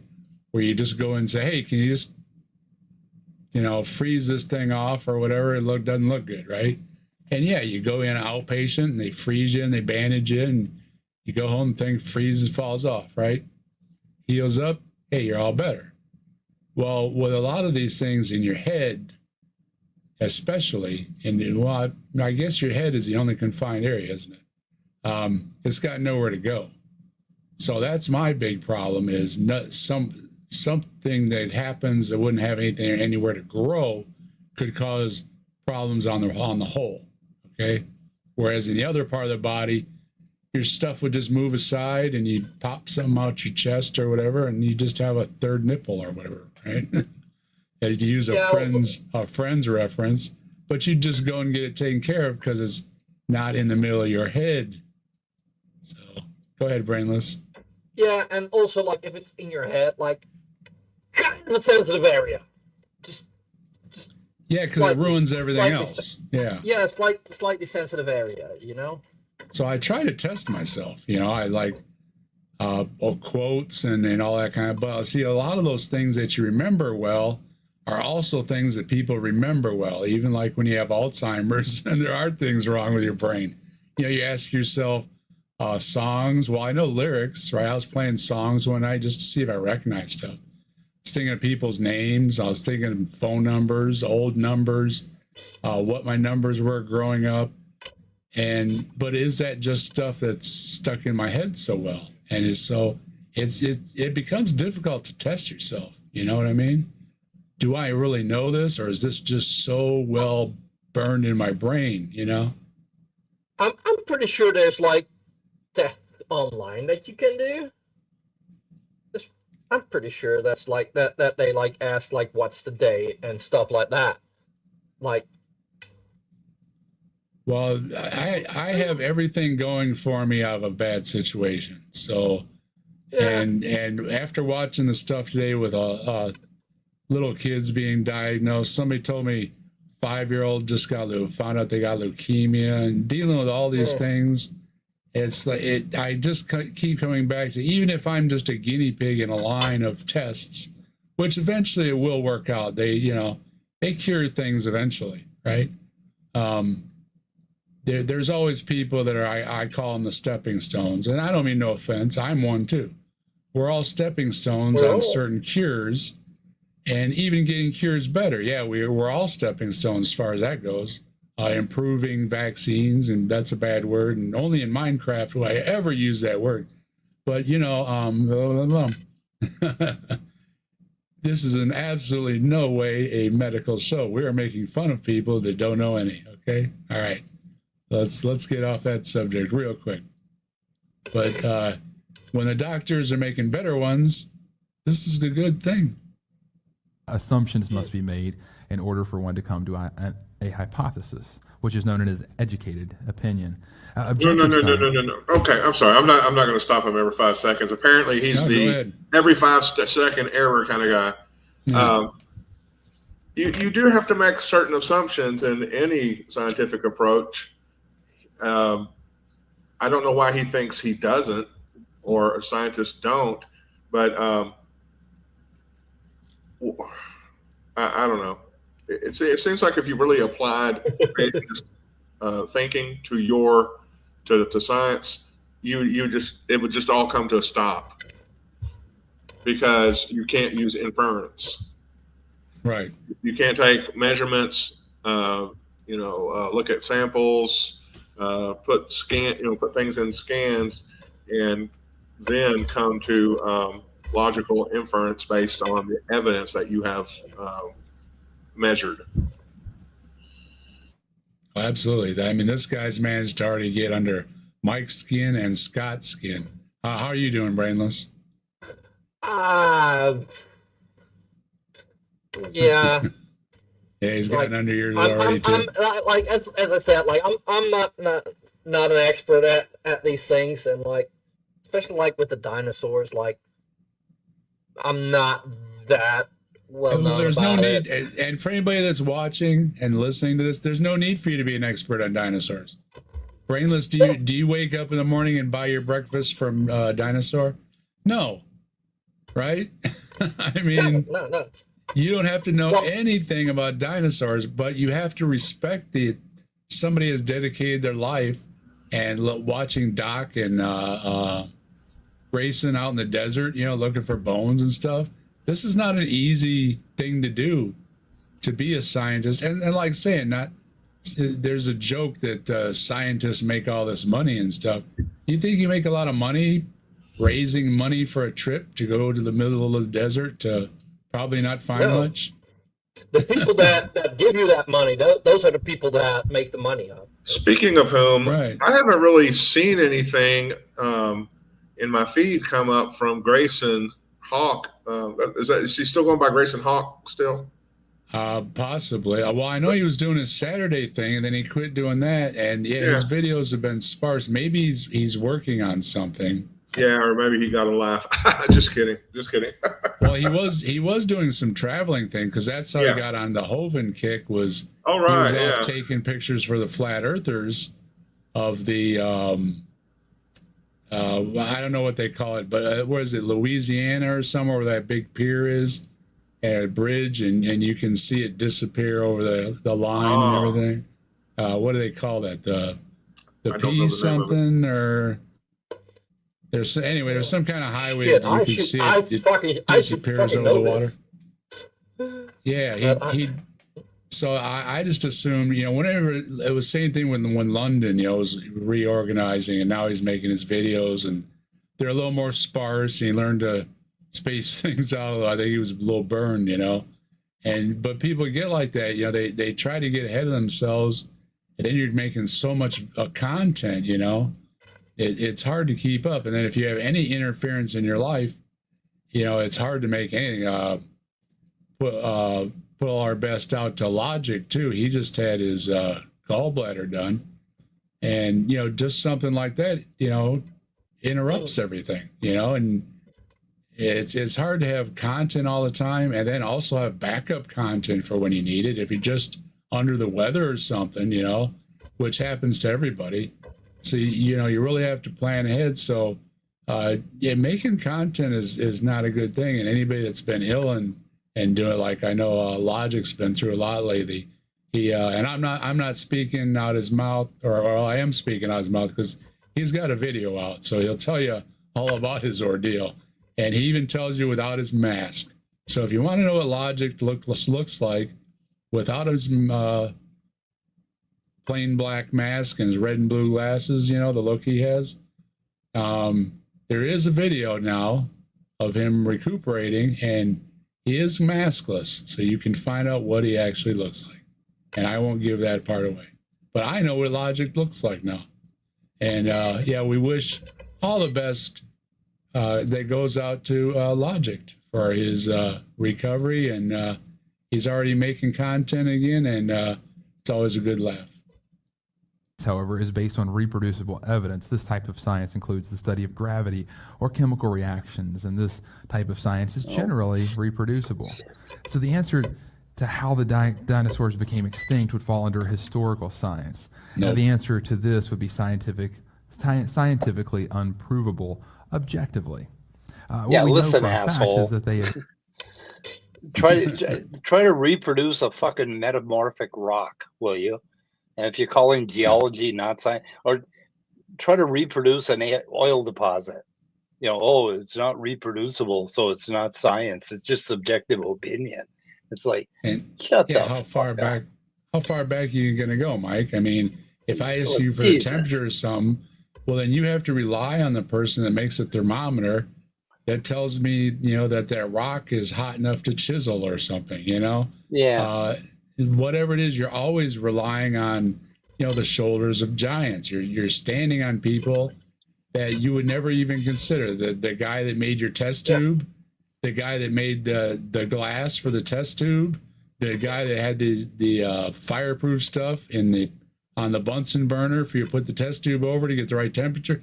I mean, you're relying on an endless things of two kinds of science garbage. Well, you could define that out as millions. You have everybody that tests, everybody that tests, everybody that tests.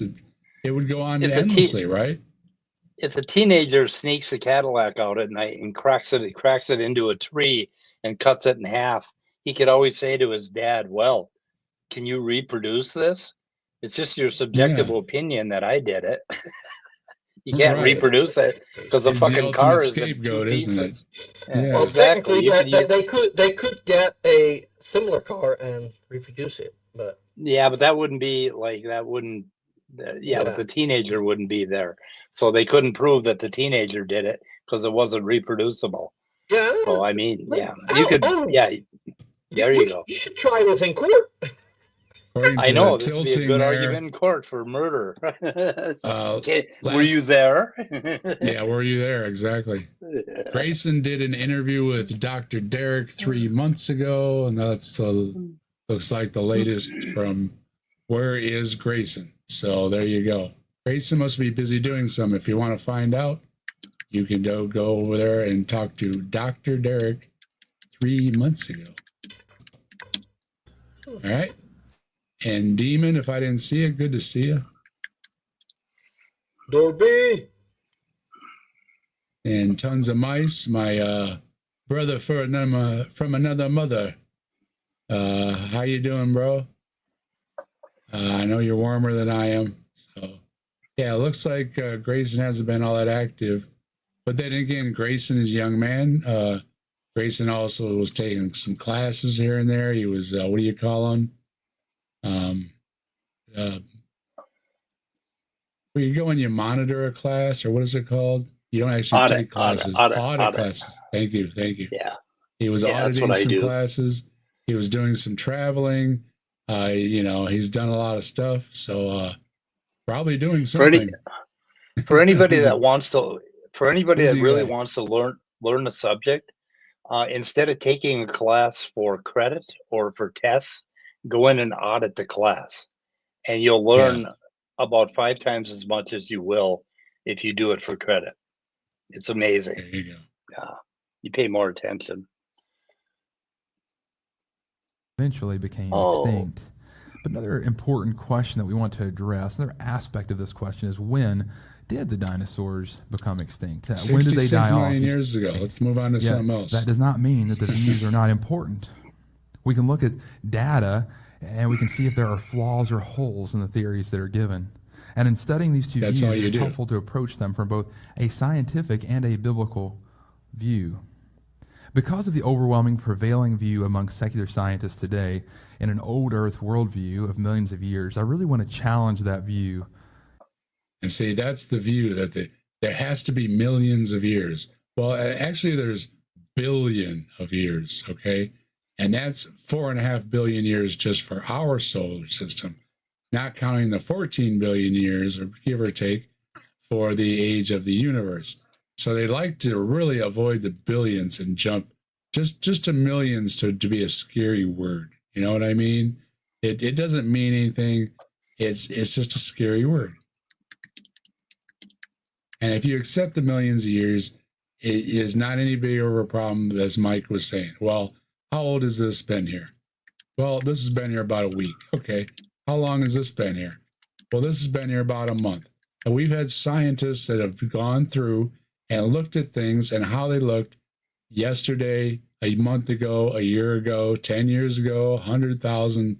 And they first came to long ages because, as a Hawaiian shirt guy will tell you, all the layers are the same time, but he leaves out, in these layers are different environments.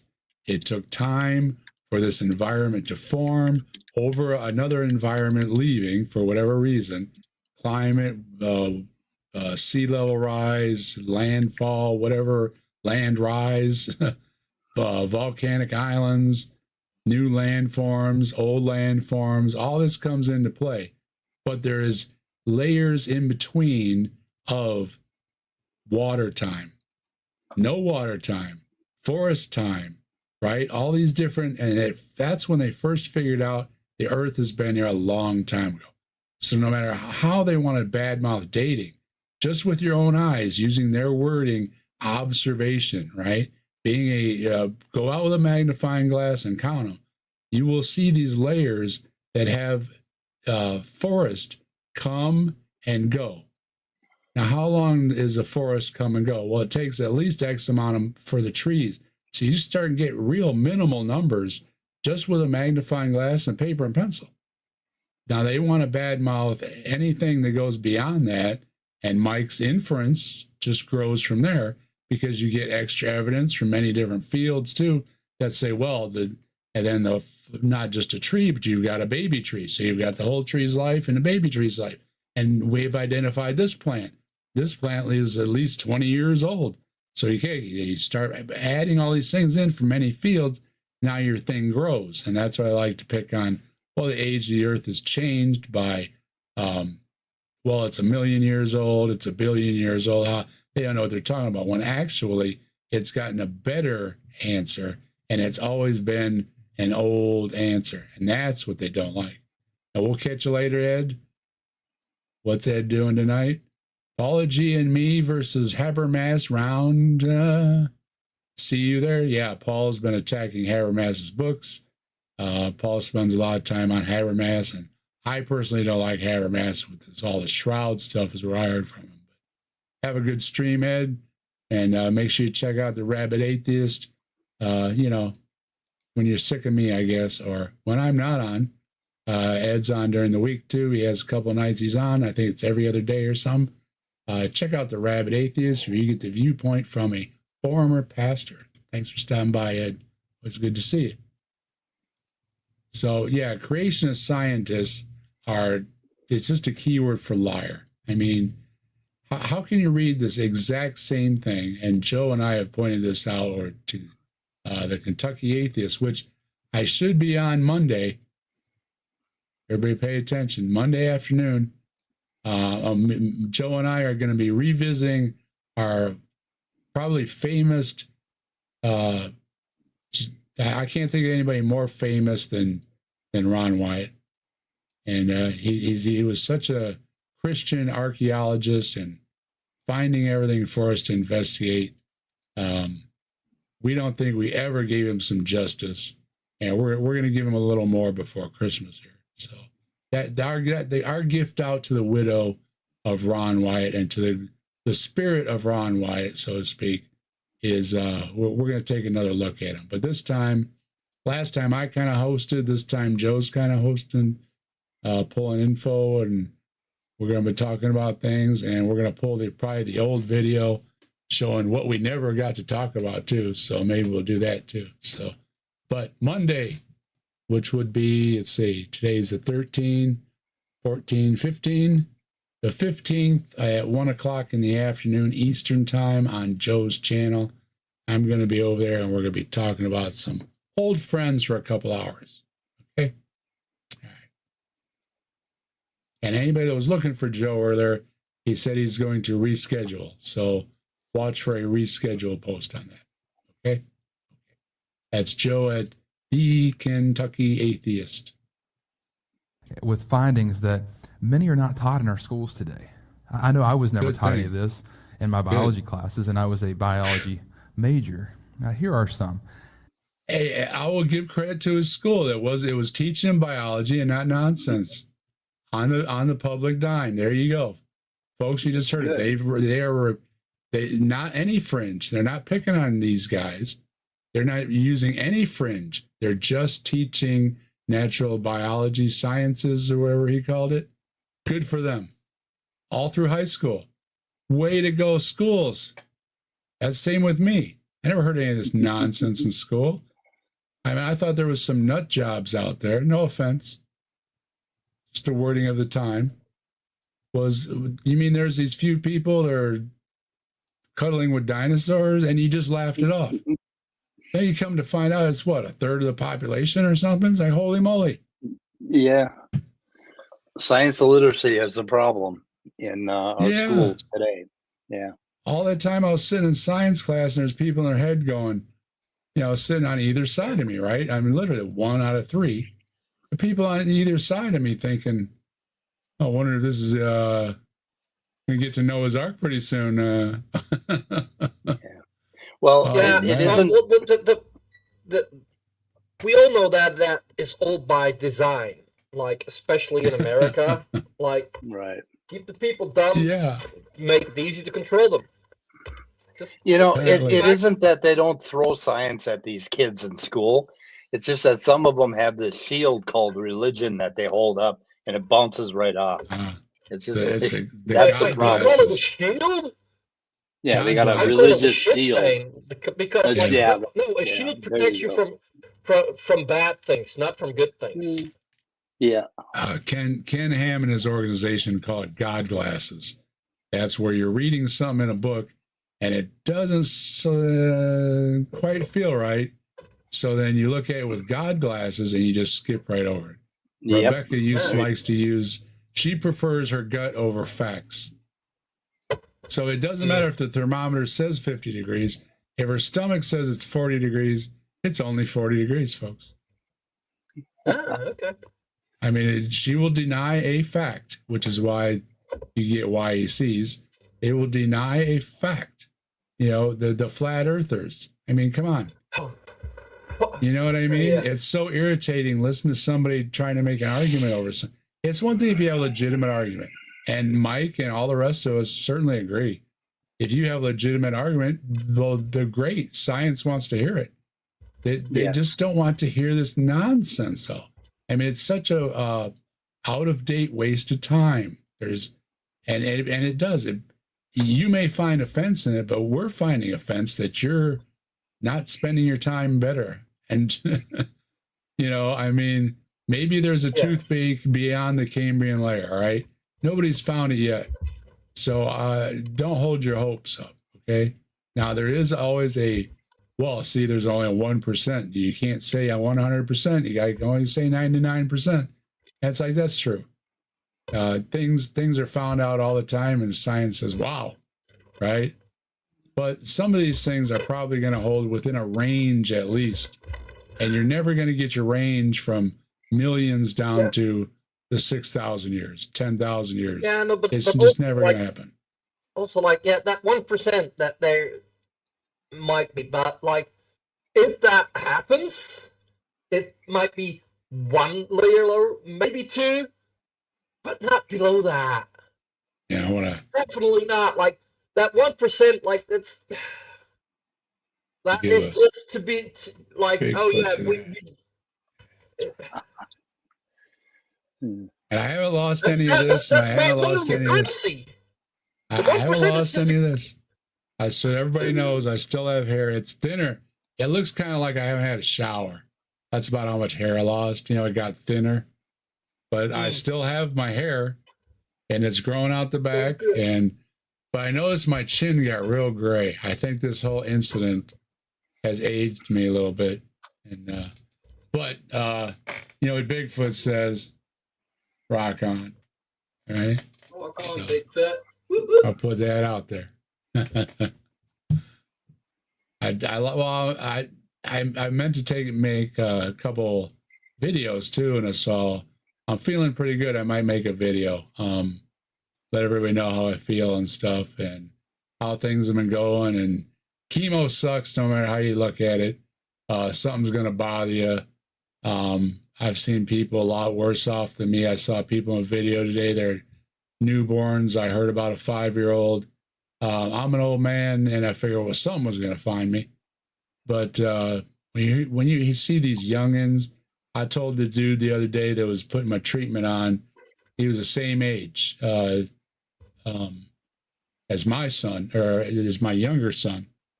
And I said, oh, you're about, so many years old. And she, yeah. And I said, bet you'd like to be out of this job. And he goes, especially for the youngins, I would give up this job and look for a different field to, help people. And Oh, definitely. he goes, the other day, I treated somebody that was the same age as me. That's hard, where you have to go in and you have to work on somebody at the same age as you, and even younger, younger ones too. That is the hardest part. And even for me, it always comes into my mind. It's like, man, and just think of these little kids that got these problems, So give them the best wishes you can, that they do something. It's a little late for even if they cure old folks, something else is going to find you, right? I mean, you only get so many years, right? But man, if they would do something for the kids, if anybody's raising the money for the kids, like St. Jude's or anybody, help them out this holiday.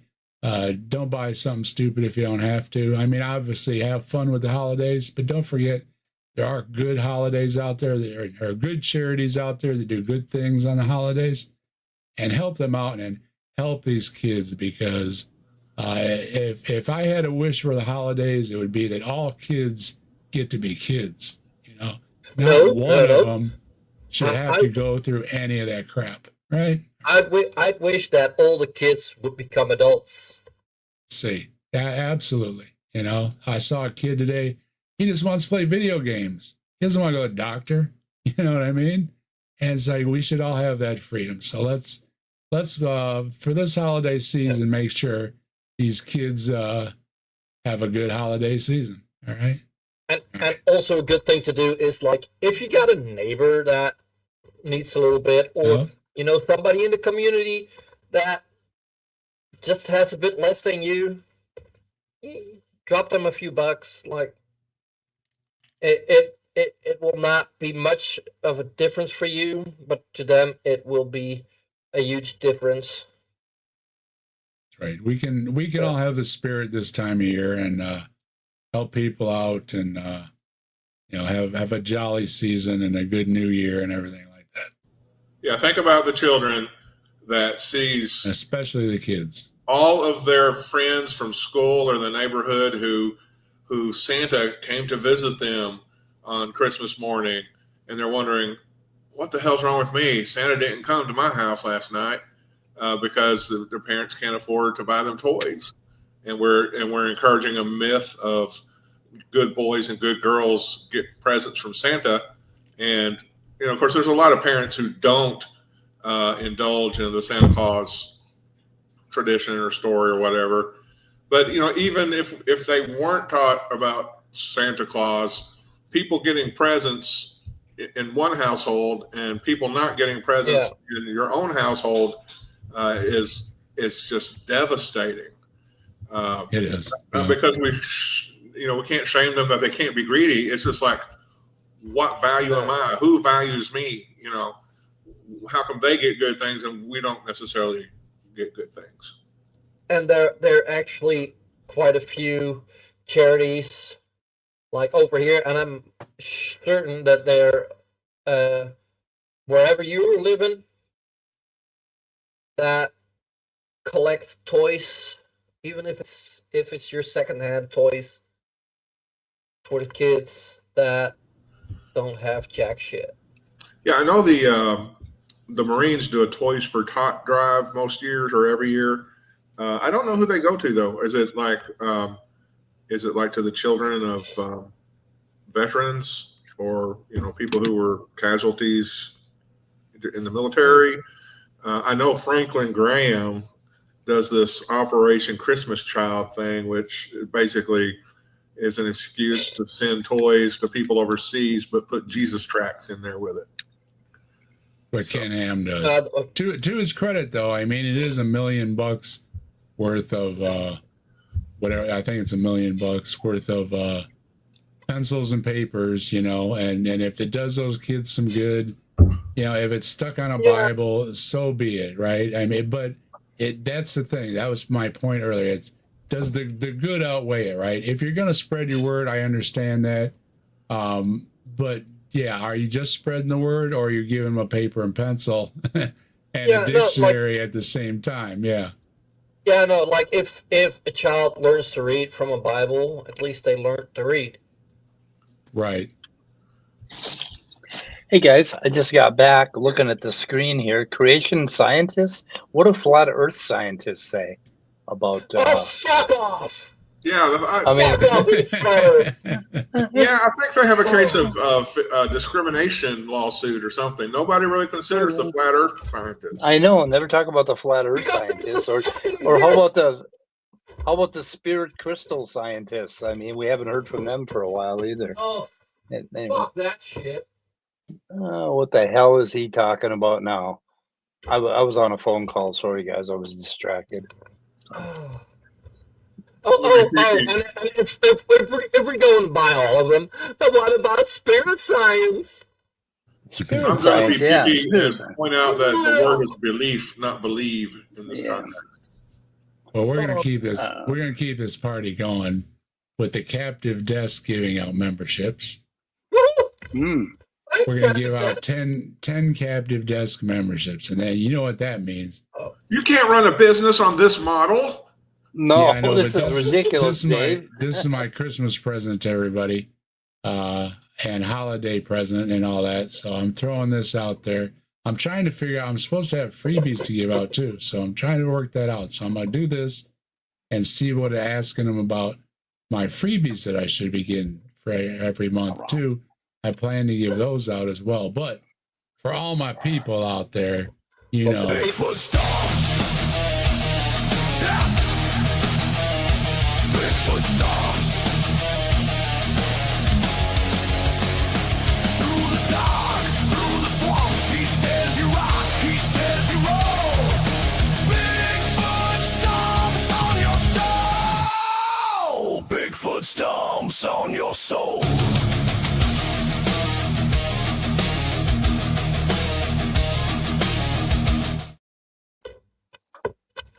and we got those going out too.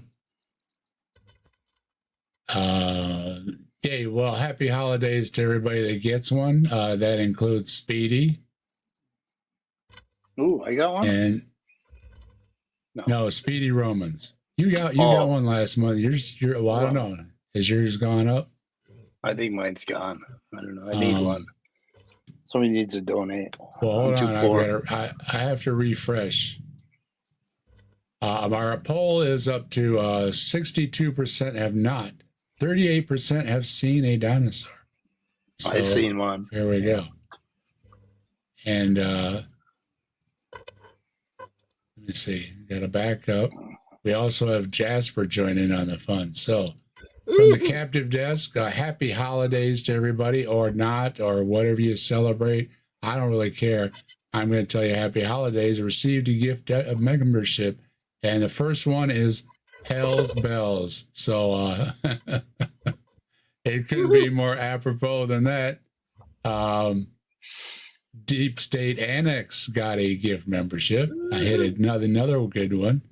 Brojo, I got you one too there, brother. John Hudson, I hooked up John. Hey, we've got Trusty Ape, got one. Andrew, John F, Soot, and Answers in Atheism received a gift membership. You did, sir. Congratulations. Happy holidays to you. Well, and Pragmatic Crystal. Good way to round it out. Well, time somebody gives me something. Yeah, you're welcome. Happy holidays. And Jasper, hold on. Jasper. I got a Jasper. Hold on. I'm a one-man show. Here we go. Jasper. He gifted a captive desk membership as well. And that one went out to Speedy Romans. Got the one from Jasper. That's where I got you guys mixed up. And that's okay because I went looking, because on this page it doesn't give you the stars. But so thank you. Back over here, and we'll pull the media up for you, and for you, we will play the old one. You rock, let's rock with the fire in our veins. Rock on till the skies, till the thunder and rain. All hail Bigfoot, the legend, the king. He walks among shadows, the wild spirits sing.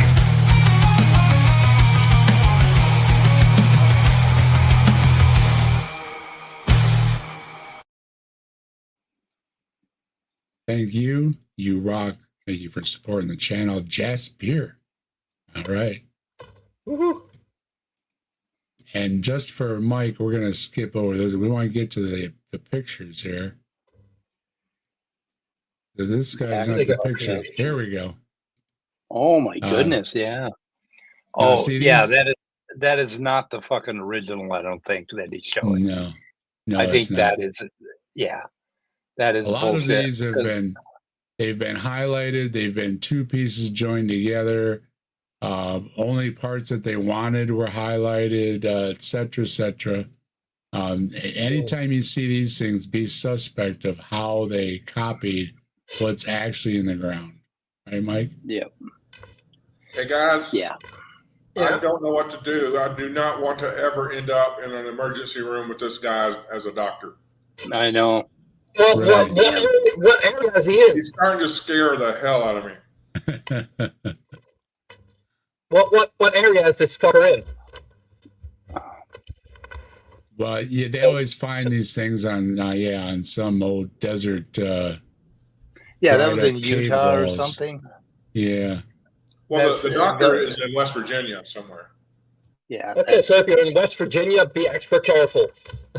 I mean, you could look at that original and tell it's that he just took a picture of the enhanced one and they made it a little bit darker, and the enhanced one is just bullshit. It's enhanced with Photoshop. I can't name exactly all of them by name, but I know most of them. I know most of us have seen them, and if you haven't, you probably will see them. And just know that these are not good representations. Also, if you look at it, natives used to show something of a reason for identifying a certain animal, and the picture is never identical to that animal's uniqueness. Let's say it had a big head. They would obviously draw it with a big head to let everybody know, watch out for Mr. Big Head, right? He'll eat you. Yeah. But he's got poison, whatever the thing is. And they would emphasize I'm just using big head metaphorically, whatever. It's just big head. Well, you would see in the picture, watch out for an animal with a big head, right? You don't need a complex language. You don't need a lot of hard luck experiences to know that when you live in around big beasts and these beasts have a big head, stay away from them. So a bear or a lion or any of those things would suit. You stay away from it. It's got a big head. It's going to, make you dinner. That's all you need to know. Ooh, Well, what's on this you gonna blob? make me dinner? How sweet of them. Well, this blob has got this gigantic tail, right? Make you dinner. Yeah, and it's like, You made well, me what's it dinner. going to do to me? That's- Is it you got to I watch know out for also this somebody- gigantic tail, My or mom made me dinner. yeah? If somebody says they're going to make you dinner, always ask them to Civilizations clarify. replicated what they saw because of the consistency of the descriptions across I'll the turn world. down the volume. Some What was this? scientists, secular scientists, try to explain away these things that they were made up drawings that only resemble dinosaurs. Yeah, However, they only the resemble it to consistency your of many look, of them because the is rest of the they found in picture other has nothing to do with parts of the world dinosaurs. during the time Also, without so internet or phone or mail you're leaving out or travel by context. plane. Now, see, a lot of these religious folks, they like to say you're leaving out context. Well, they're leaving out a whole lot of context there without showing any of the surrounding artwork as well. I mean, what's going on, and that'll tell you a lot too. Makes this much less. And this is why likely. you shouldn't It get is your much more archaeologist likely or your archaeology or whatever they call the subject from anybody but the experts, because hey, it depends what was made in the area, et cetera, et cetera, et cetera. Realize that the Bible discusses a couple. Let's see what he says here. Many people don't realize that the Bible discusses a couple of dinosaurs, and it was understood to be the oldest books in the Bible, namely the book of Job. The book of Job is thought to have been written somewhere around 2200 BC. The book of Job is like the oldest book, I think, in the Bible. That's Scott? not really a correct date. I think most scholars date it 9th or 10th century BCE. Okay, but it is like the oldest book in there, right?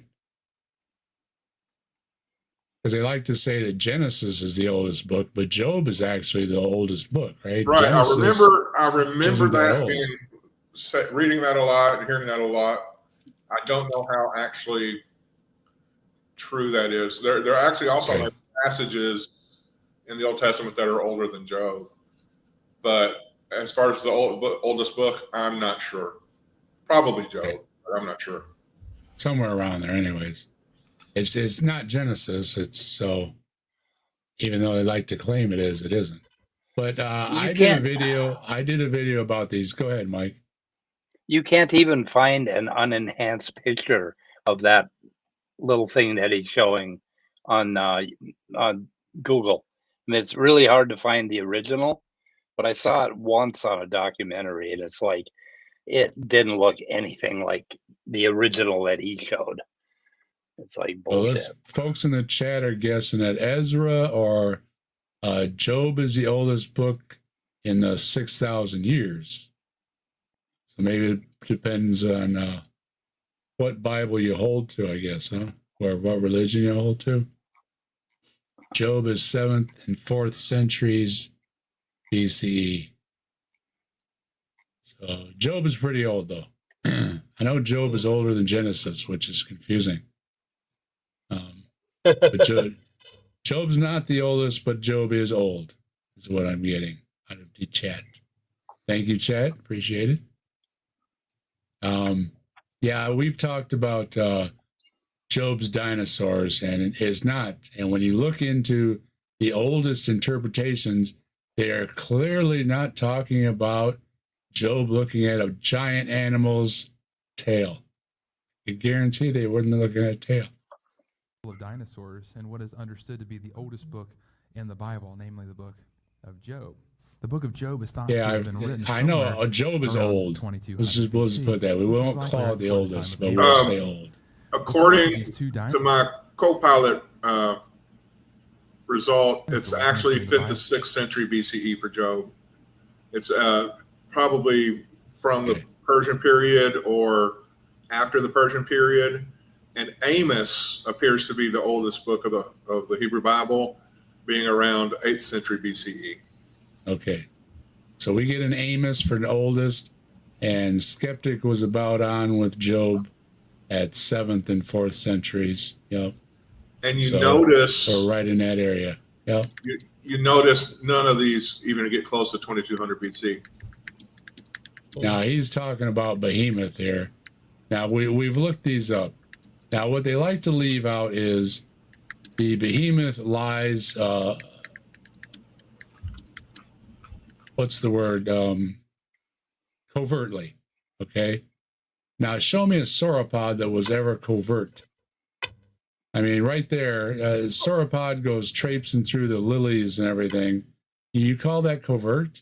First of all, the lilies aren't in deep, and the lotus and everything, they're all by the shore. So you're thinking, what's dangerous in these waters? I've narrowed it down to, except for occasional animals, and the elephant is very dangerous. Not knocking him out, not knocking out a lot of animals that come to water holes that are very dangerous. But residents of the water would be a snake, a crocodile, and a hippo. Now, nobody messes with a hippo. Not the crocodiles and their snakes. They don't mess with a hippo. A hippo will attack boats. I've seen videos of them chasing outboards. And they're coming off the bottom, and they're right behind in the wake of these outboards. A hippo is dangerous, okay? Now, is there a reason to dangers for all these other animals? Yes, but just in the water, are those the three most dangerous in the water? And when you say yes, then you got to go to any other verse that says they eat like an ox, which gets rid of the alligator and snake, and leaves the dinosaur. Now, we get to Leviathan. Yeah, we don't need to hear him talk. It's the same old garbage. He's just saying it's in the Bible and it's a dinosaur. No, it's not. I'm giving you my quick version of the video, is that it is not. It is, in fact, a hippo. Because when they talk about behemoth and you add up everything, it does lie covertly. It does graze like an ox. It's got a huge mouth. It can swallow up everything. Talking about its big head, its big mouth. And what's dangerous about it is his big head and his big mouth, and he will bite you and kills a lot of people every year. Now, what he was looking at about the tail, everybody brings this up, is it has a tail like a cedar. Well, a lot of us guys have that problem. You get a beautiful partner and you're in that mode, and your heart is a cedar, okay? Now, doesn't say you're comparing your size, which a lot of us do as well. It's the size of a tree, baby. Well, no, it's not. But anyway, how stiff is it? Hey, it'll work, right? Good and stiff. So apparently this says, and you don't want to mess with a hippo with a heart on. Now, wouldn't that be good advice, son? I mean, put your father glasses on. Son, see that big animal over there with the big head and the big mouth that bites boats? You don't mess with it when it's got a woody. Good advice, right? Very good advice. Why is it in the Bible? That is the best dang advice in that book. Now it goes also to Leviathan.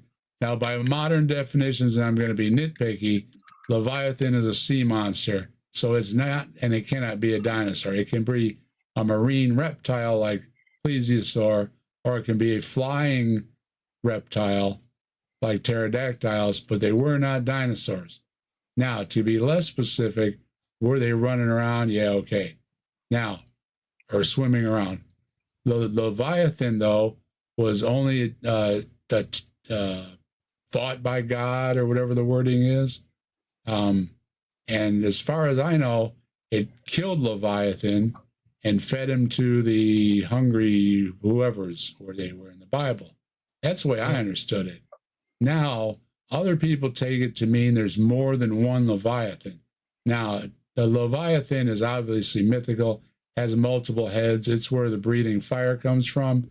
It actually breathes out like meteoroids or asteroids or volcano balls or maybe something like that, right? And it was only tamed by God, okay? So Leviathan doesn't even seem to fit a marine reptile. It seems to clearly mean something mythological and about power and evil and everything and the fight between God or something like that. So I've never even really counted. But in the Bible, though, dinosaurs today are equated to dragons.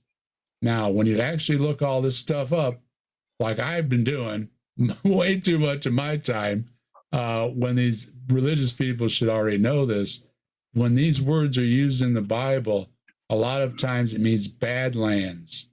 It means nobody lives there, probably for good reason. It's barren, it's cooked, okay, literally. It's like, you crack an egg on some of these desert places, right, and cook them. It's that hot. It's the place is baked, all right? Everything's dead, nobody lives there, okay? They would call these places evil.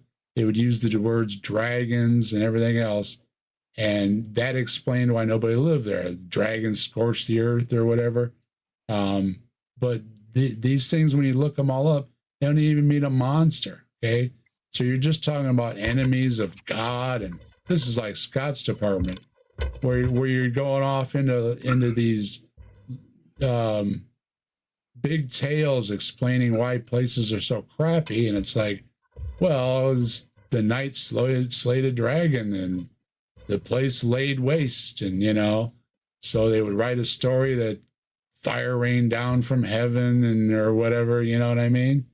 And they makes a good story, good advice to people, but people didn't know any better, right? They didn't know that it wasn't just a crappy place that somebody smited.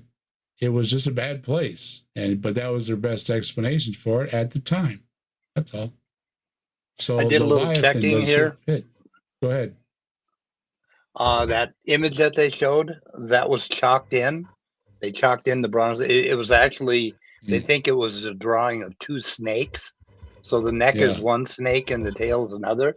And I linked a Smithsonian article that talks about it.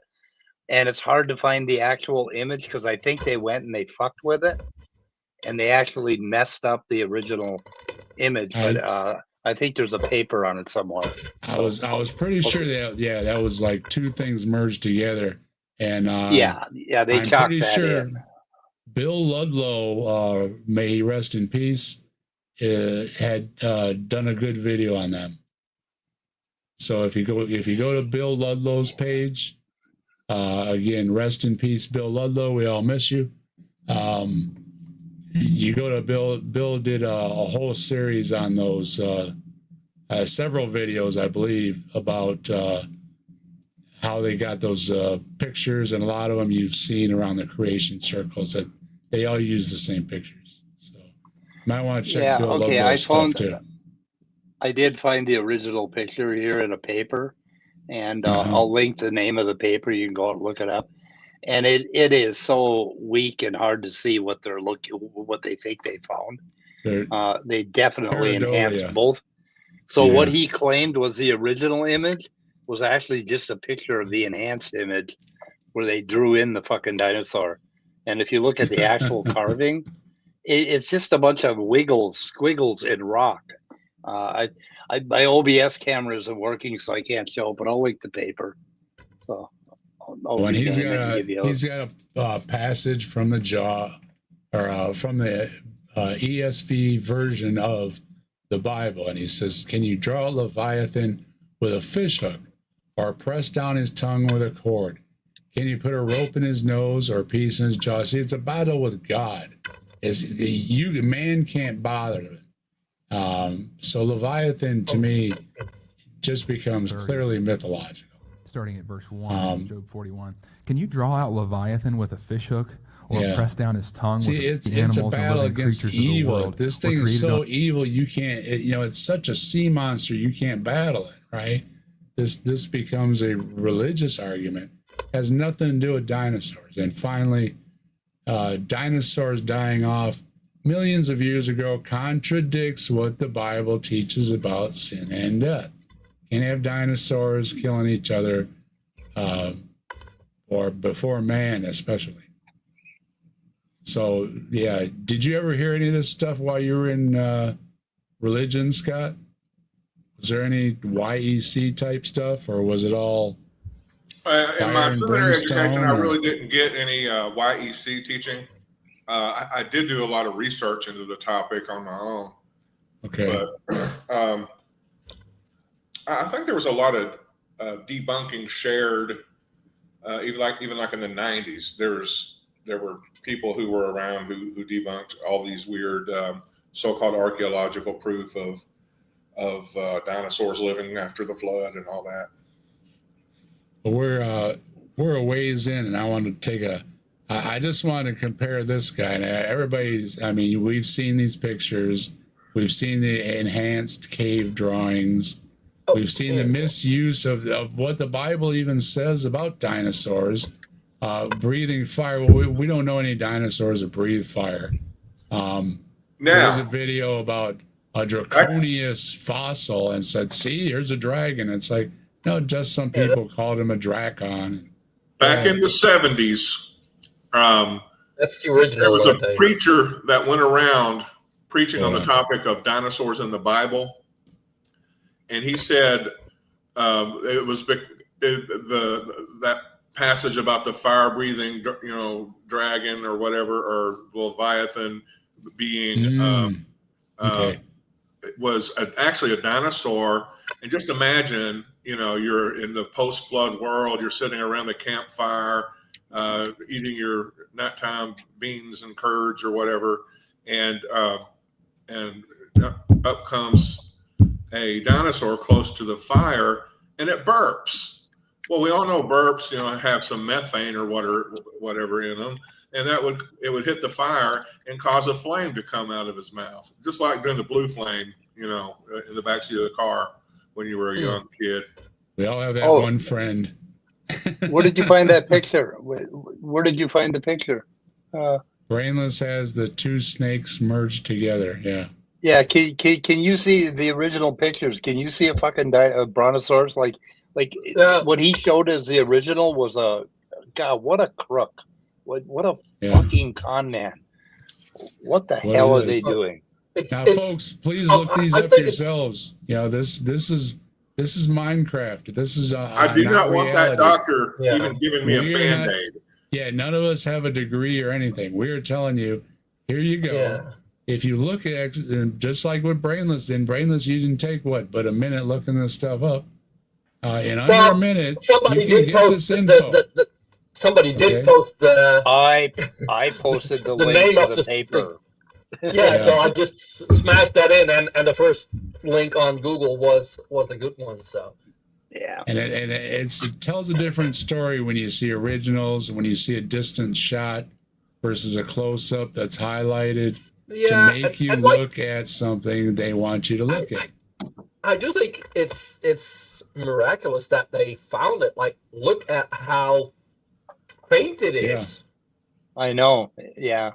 To be able to figure out that there are two snakes there, it takes a lot of work. Yeah, but I mean, if I look here and you look at it from a distance, I see how they can think it's one image. Yeah. But also, like they wouldn't have drawn the tail that way. No. Yeah, the tail doesn't dip down like that. It's not a cat. Yeah, it's. What the fuck? Yeah, and also the tail, they're drawing the tail longer than its neck. Yeah. No. Yeah, the tail doesn't curl that way, so they can't curl their tail like a cat can. So. And these assholes. Yeah, this isn't the only one. 5 and 6 of creation according to Genesis. Man was good creation according to it is the we'll heart skip of through, the and I gospel, want to show you this other guy is almost. If you've never done that, my duplicate. friends, And they're still teaching this stuff. One of these isn't very old. You need to make in your Romans 5:12. Oh, it was not Romans 1. It was Romans. Romans 1. I wasn't paying attention. I can't believe it was Romans. You know how I feel about Romans. It was Romans 5:12.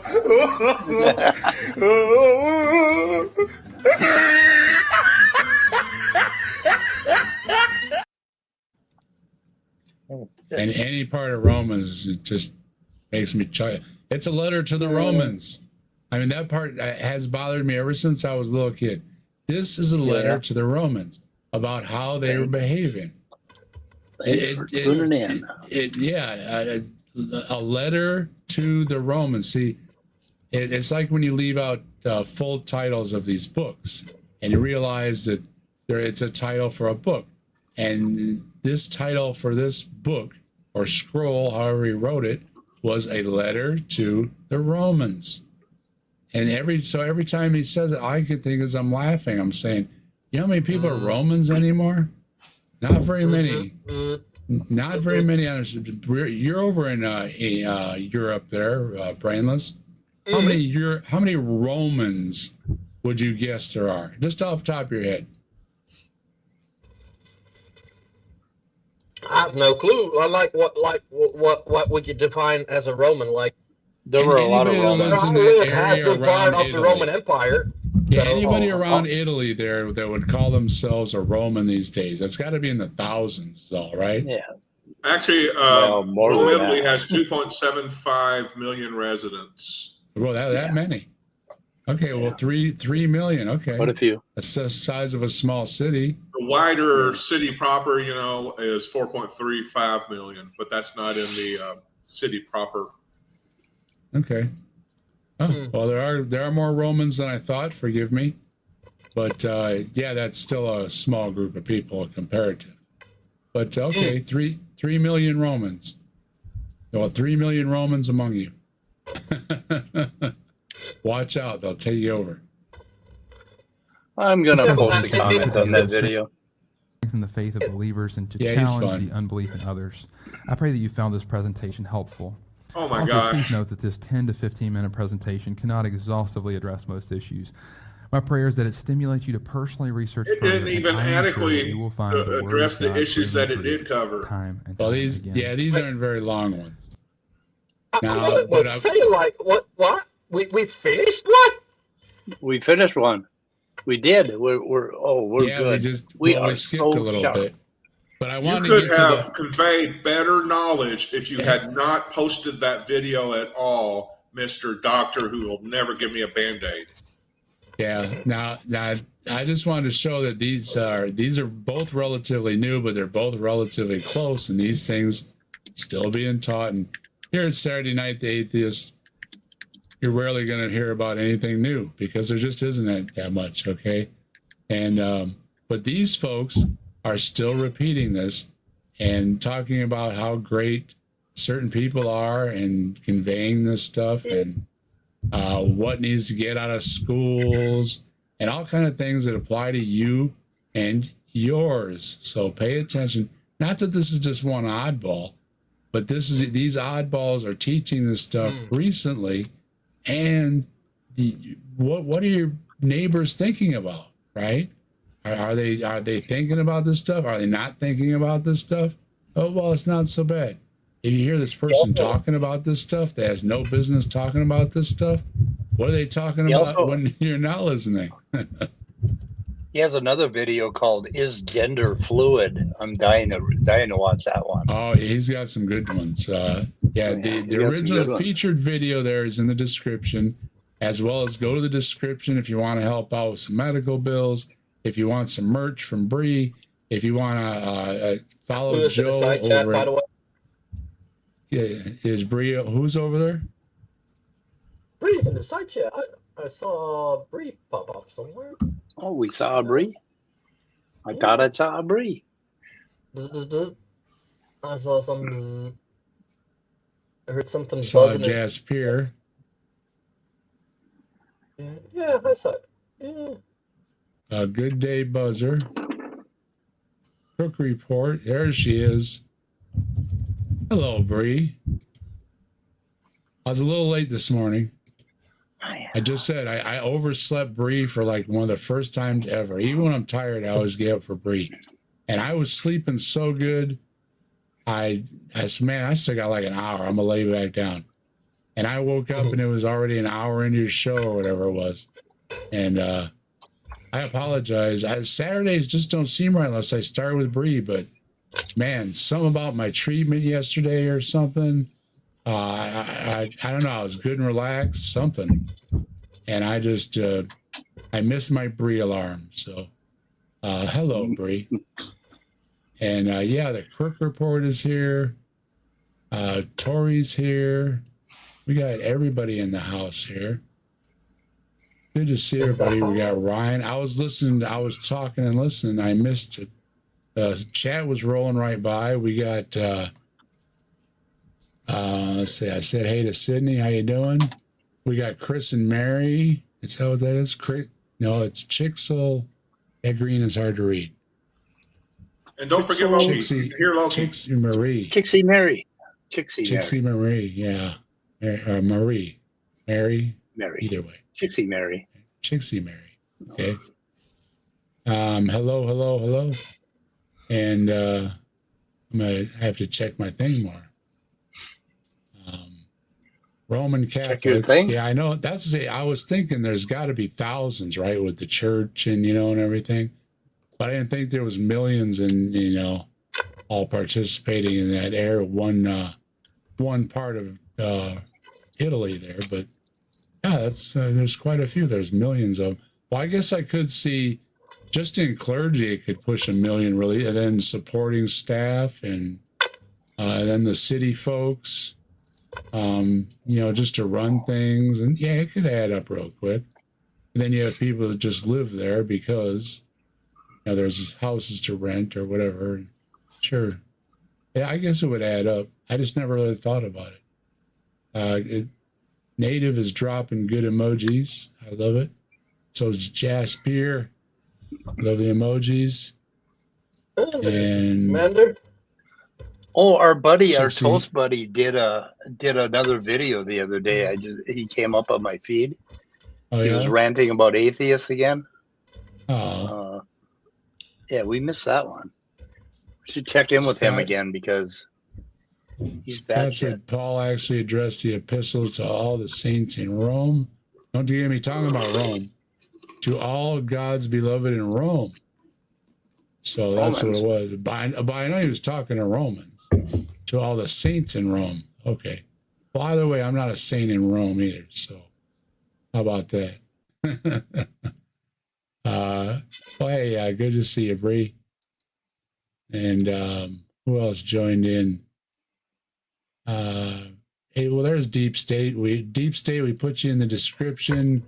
Brainless is hanging out over there. So yeah, make sure you check out Deep State on Sunday, I guess. We're often find Brainless, who hasn't been on with Slim recently. He was taking a little hiatus, and that's cool. Slim's always welcome to stop by as well. If you hear from Slim, always let him know he's welcome to stop in. Give him a link there, Brainless. Yeah, I need to drop him a link. I need to forward. Just drop him a link. Yeah, you got him in it. Like, I drop him a link. I'll just say whenever you're free or whatever. Yeah, that's cool. Yeah, but you are in the description. He'll slightly obligated, and he'll show up for a bit. Yeah, that's no. Well, I know he runs around and stuff on the weekends, so he's always busy on the weekends. That's cool. I mean, people got their schedules. Deep State. Tomorrow we're having a stream, and the Drunk Monkey is probably going to be there. So there you go.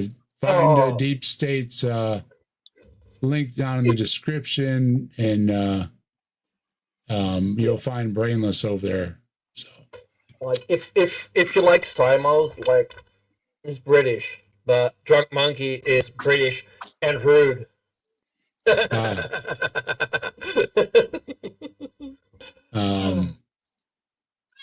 Catch you later, Skeptic. He's got to go. Yeah, we're getting near the end here. I'm just going to show a few minutes of this other guy who he does a noble cause. I understand missionary work. They're trying to spread the good to natives running around naked and do their thing and stuff. Okay, in Minecraft jungles they're doing this stuff, and we like pushing the buttons and playing Minecraft, right? Anyway, so when Minecraft's over, you've got this guy who is a missionary, and I understand the nobleness to it, and I also understand leave these people alone. They're just fine in the way they are. But he's going to give his, and the thing is, within a few years apart, I think these videos are, but they're still teaching the same garbage, okay? This is what we go over at Saturday Night at the Atheist. This is not mainstream stuff. This is what's going on at your neighbor's house, okay? And well, I guess it is mainstream in a way. It's a lot of little places. They still say this nonsense that people sit there and they nod and there's no pushback. Well, here's some pushback. Your stuff is a bunch of nonsense. Quit repeating the Ken Ham and quit saying that Hovind is such a great guy, like our guy, what was it, last week, whatever was doing. Quit praising these people. Spend a minute online and you'll see what idiots they are, okay? You'll see these cave drawings. You'll see these images they're using. It's all nonsense, and he's going to do some. So we're going to wrap it up, and then he's going to say the same thing. So we'll just pay attention. He again, you know, I feel kind of noble because here he is out there doing his thing and with the natives. Well, here I am in the tropical rainforest of Bill D. I want to speak a little bit about dinosaurs. Like he's out in the forest. And so we'll look at the Bible's evidence for dinosaurs. And then right off, and he starts with the Bible's evidence for dinosaurs. There is none. Wouldn't it be cool if a T-Rex came up behind him and ate him? Well, it would be cool if he's making a sandwich for some kid that's hungry or something, or giving him medicine, or showing him how to build a better hut, or whatever they do on these missionary trips. Sure. Is this the same guy? No, this is a different guy. Okay. There's a whole bunch of these videos, and they're from, I say, they're not old. Okay, these people are making these pretty modern, and these were only, I think, a couple of years. Not this one. The first one is always in there. I can get you this one later. I can send it to you. Okay, do that, please. He's a it is. It says, I think I put in dinosaur. Where are the dinosaurs or something like that as keywords. Okay. Filbert is having a show at when I wrap things up. About an hour after, depending where you are. Mighty Filbert, there's the link.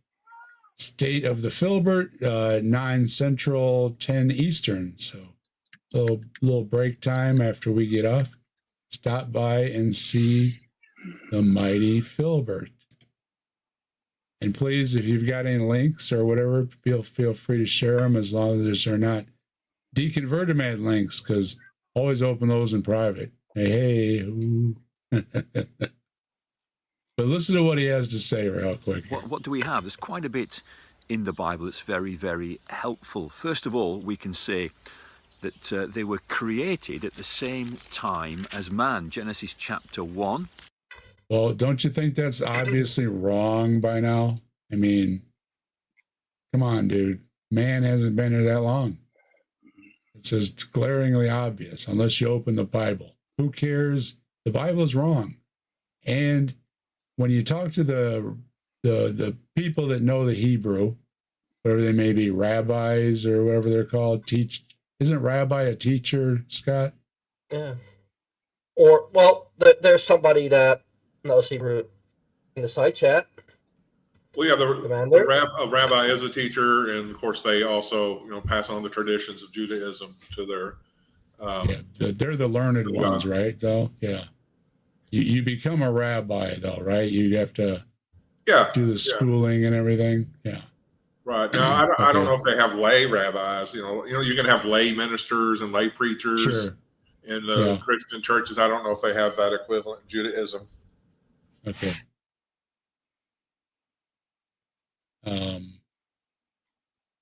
Roller coaster preventing me from doing the last thing. And deep stage. Are you using the points? Yeah, I'm pretty sure you have to go through some kind of thing to get that. But you are supposedly, hey, I can ask you questions and you can answer them, right? So, but I don't think I got a good video. Yeah. I just posted a good video. It's a song called "We Are the Dinosaurs." We have this, verse 24. We are the dinosaurs. No, We are the sounds- dinosaurs. Where's it at? It's a educational video. I don't know. I just found it. I'm trying to find this guy. Anyway, okay, let's see what he has to say.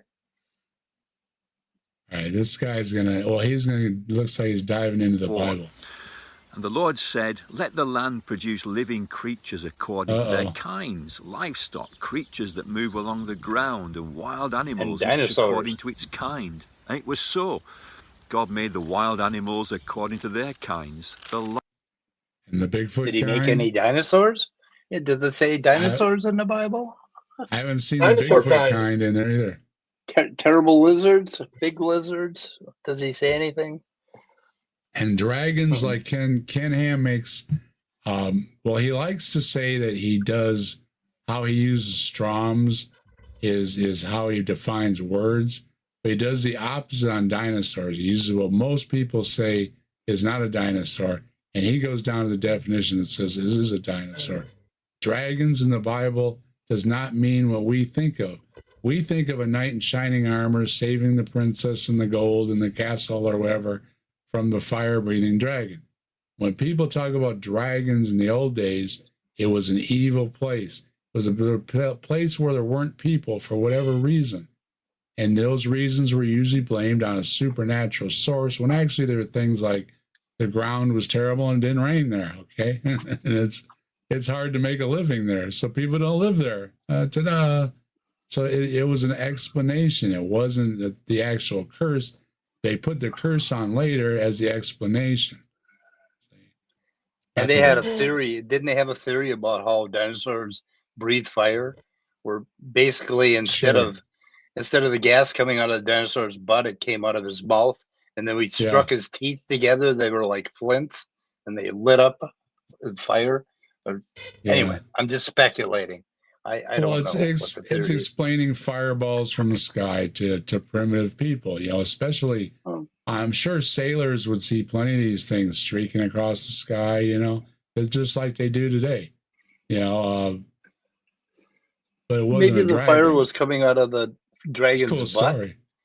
Well, it's a and cool they made him a- story, right? I don't know. Anyway, I And don't know. then, but it's just not practical, because then you start talking about like asbestos linings, and how far can you take this thing? You know what I mean? livestock according to their kinds, and all the creatures that move along All the their ground kinds. according to their kinds. And Yeah. God saw that it was good. Yeah. Now, I always point this out to people, and like Ken Ham and everybody else, they'll say that God saw everything as perfection, okay?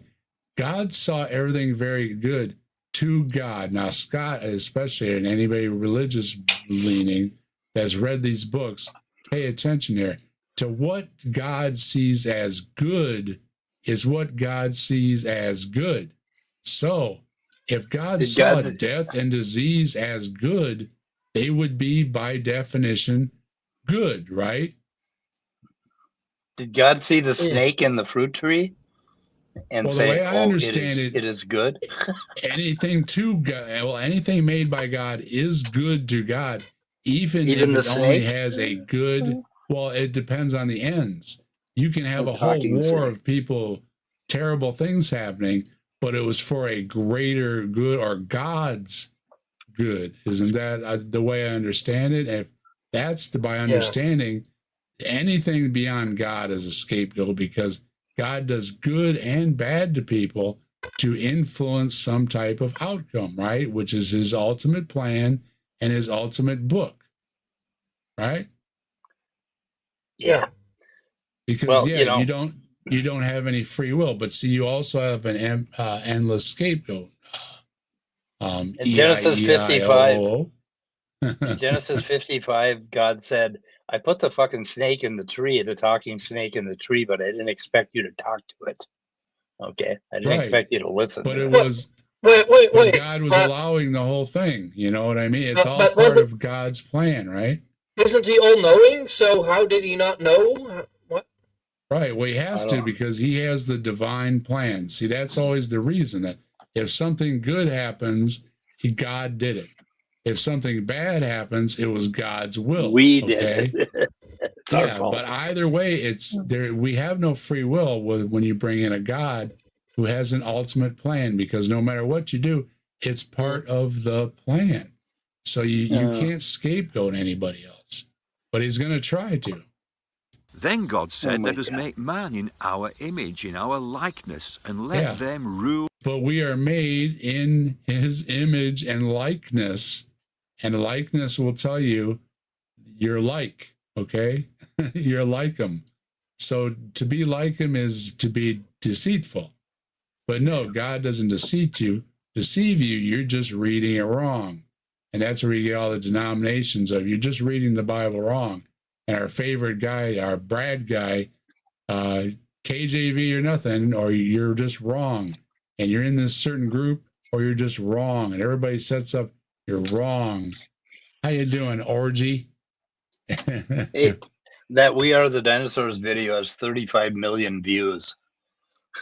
Is it? It's a catchy little tune.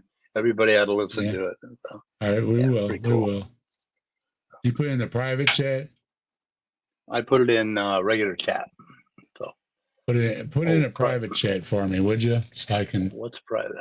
find it later. Oh, let's see if I can find it. Way Okay. down the bottom it is there. Just click on private chat and drop it in. Oh, I found When do you get I a don't- second? We got 20 got it. minutes. So. I got it. Okay, I'm there gonna you post go. it in regular Cool. chat again. Oh, for fuck's sake. Can one of you download it? Because it's not available in my country. Fucking cunt. What? Are you kidding me? Really? Why is Doesn't it have the like rights to it? subversive? You should play it, Dave. I wonder if we get a. I don't think we get a Kai. It's music, but it's kind of like live. I If think. I don't it's think- educational, then I think you can get away with it. Why would they not? Why would it not be available in your country? What the fuck? What kind? Where do you live? North Korea? The hell? Let me This is a pretty innocent video. I'll play a couple seconds of it. We'll Yeah, go to about I don't know, like go in about 25 seconds or so where they get started. yeah, let me share a screen. I think it's awesome. She looks so serious. I don't know. Which is The Laurie Berkner band. the Laurie Bergner. Okay, is it up on there? Yeah. It's on. Okay.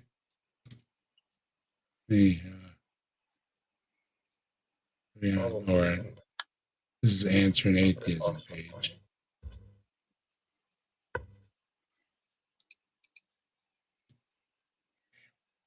All right, we're on. Okay, we're on everybody's thing. Okay. Now we go over to this one. It's a different window for some reason. Does have a lot I gotta of check this. That, I gotta a check lot, this. a lot of youngins in it, but yeah, it's funny. I gotta check this channel out. Okay, well there it is. It's they do a mix of the Laurie Berkner band, We Are the Dinosaurs. Yeah, check it Kids out. songs. Yeah. this does sound like a cool song for the kids. Like Yeah. when you're in school, like the little kids doing their little dance about it, and it's about cool dinosaurs. Like that's cool. She has Walking with the Penguins, and she has a whole bunch of them. So Saw Butterfly. Oh, there's one where she's in the Museum of Natural History. Yeah. Oh, that's 587,000 subscribers and 35 million views on that one. That was pretty good. I know I'm going to be playing that for my granddaughter. Yeah. People Yeah. appreciate Hopefully, you know, the effort. boys, they never want to do what we do for Lorelai, like videos and stuff. But then they'll start watching them and stomping around with them and stuff Yeah. too. So hopefully I'll be able to do that with them. That looks fun. Yeah, like Cool. and it's fucking dinosaurs. Like there's few things that are cooler than dinosaurs. Well, there was my recent watch thing.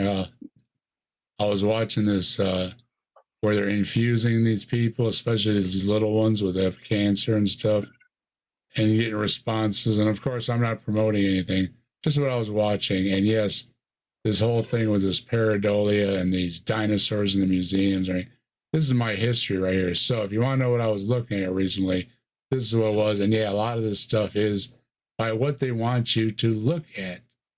And this guy, sadly, does it too. And he doesn't check out his own stuff. So it leads him to this problem. Fish of the sea and the birds of the air, over the livestock, over all the earth, over all the creatures that move along the ground. And that's day 6. So dinosaurs are included amongst those creatures I that own move everything, along. so I own everything. Fuck you, stupid John.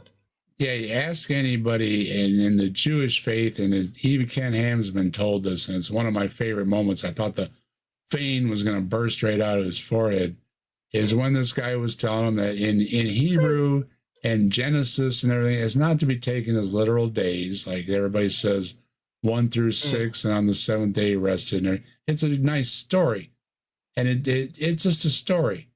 It's an overview, and that's why Genesis 1 and Genesis 2 don't match up, because they're just stories of the beginning, and they're an overview that says, well, God did it. Well, what about the fishes, Daddy? Well, God did it, you know? Well, what about the stars in the sky? Of course, God did it. They aren't literal things when they say this. So when this guy is making the mistake of Ken Ham, is that we had to have been born on the same day as the dinosaurs in the Garden of Eden. And it just becomes utter nonsense from then on. If you say it like the lot of people take Genesis as, that, well, God did it, okay? Well, no matter what your question is, God did it. Well, are the things out of whack? Like there wasn't a sun or anything, but for what, 4 days or something? Is that kind of like, God damn it, God damn it, God did it? Yeah, that's what he did. Made that rock, and he said, I'm going to see what I can do to the people that live on it. It's not a very happy tale, but it seems to work really well. A lot of people say, yay, God, for making us so miserable all the time, but someday we're going to get to da-da-da-da-da. Can you play my song about dinosaurs, Roar of the Ages? Where's your thing at? Is your thing over? I'll put it in private chat. I'll put it in private chat for you. Okay. Yeah, do that for me, Mike. It's in private chat. It's there. It's already there. I don't screw around. I don't fuck around. Oh, you don't want to find out? No. Well, yeah, right. I don't want to find out. Not at my age. I don't want to find out. You never know. You never know what's going to happen at my age.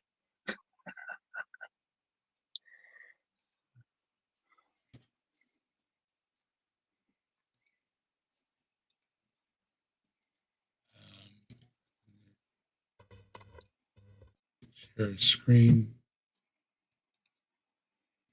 Share screen. Roar of the Ages. Share. Come up.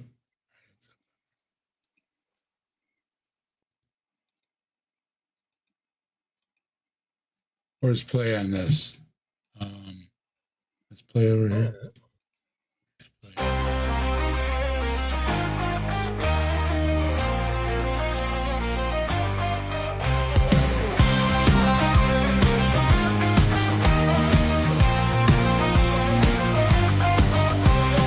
Stepping through the jungle, beast for scales and eyes so wide. Roaring echoes on the wind from a prehistoric tide. Bones of giants buried deep, legends in the earth they lay. Cranes of thunder, still they sleep in dreams of a long lost day. Bones of giants buried deep, legends in the earth they lay. Cranes of thunder, still they sleep in dreams of a long lost day. Dinosaurs live bold and grand.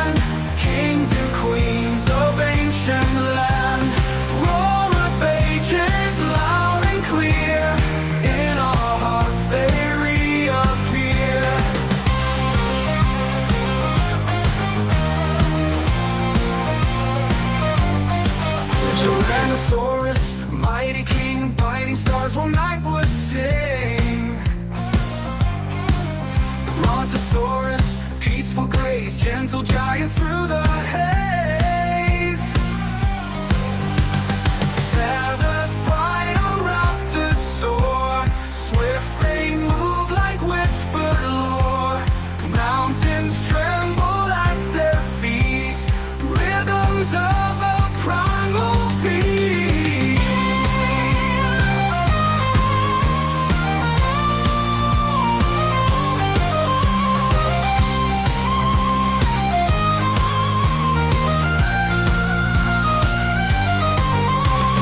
Dinosaurs live bold and grand, kings and queens of ancient land. Roar of ages, loud and clear, in our hearts they reappear.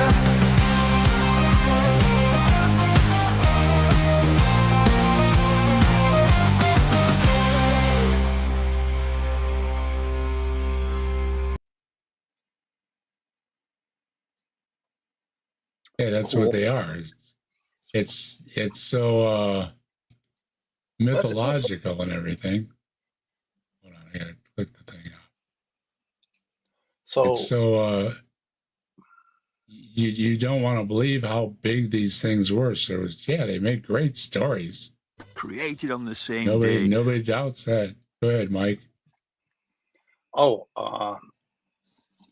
yeah, I want to see that. How long is this guy going on? Does he say anything? Yeah, well, he's just basically going to talk about Job and Leviathan, but you notice that it's in the same, pretty much same. I'm just going to look at him for He's a just few gonna- minutes and then run it off. Yeah. He gonna I read the just Bible added to him us? on the Okay. end.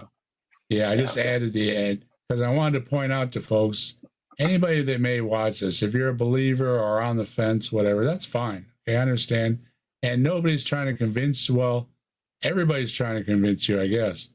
But you should listen to these things. Now, I don't mind having religious arguments. A lot of us have had them for a long time, okay? It's not that. It's, hey, you can have your God, call it whatever you want. But what is it doing, right? And I can never get a clear answer as to what it's doing because it's indifferent from not doing anything or doing something of another faith or the way you worship or anything else. Nothing seems to matter beyond a 50-50 flip, okay? So your life is a 50-50 flip. Whether you're healthy or not is a 50-50 flip. Doesn't matter what religion you are, what prayer you are, what you say, what you eat, what you drink. Doesn't seem to matter. It's a 50-50 flip, okay? You've got people that take the best care of themselves. They ended up dropping over from a heart attack, all right? It doesn't seem to matter. Your time seems to be set when you're born, right? And if you can avoid the proverbial bus, you have a time appointed, and it doesn't matter how healthy or not you keep. Now, I'm not saying don't take care of yourself. I'm not a medical person in any way. I'm only playing Minecraft. But obviously eat good and stuff like that, duh. Now, as far as anything else goes, it does seems to be set that you got a 50-50 flip. So everything you do is a 50-50 flip. Comes down to it. It doesn't really matter. So what has it done for me lately? Well, it created the whole universe for you. So did everybody else's God. Okay. Thank you very much. All right. And don't forget to check out Top Dog's complete list. Is in the side chat.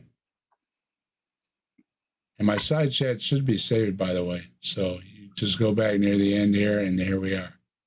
But here's this guy in another country, supposedly, teaching the same stuff to people all around the world. As mankind. And man had dominion according to its kind. Pairs of all the creatures he's that pulling these have the parts breath out of the life Bible, in them okay? came to Noah Now, and entered the ark. there was no And flood, then after the okay? flood. Now, he's going to talk about the flood. My favorite thing to talk about is talking about the flood. You know how much I like to talk about the flood?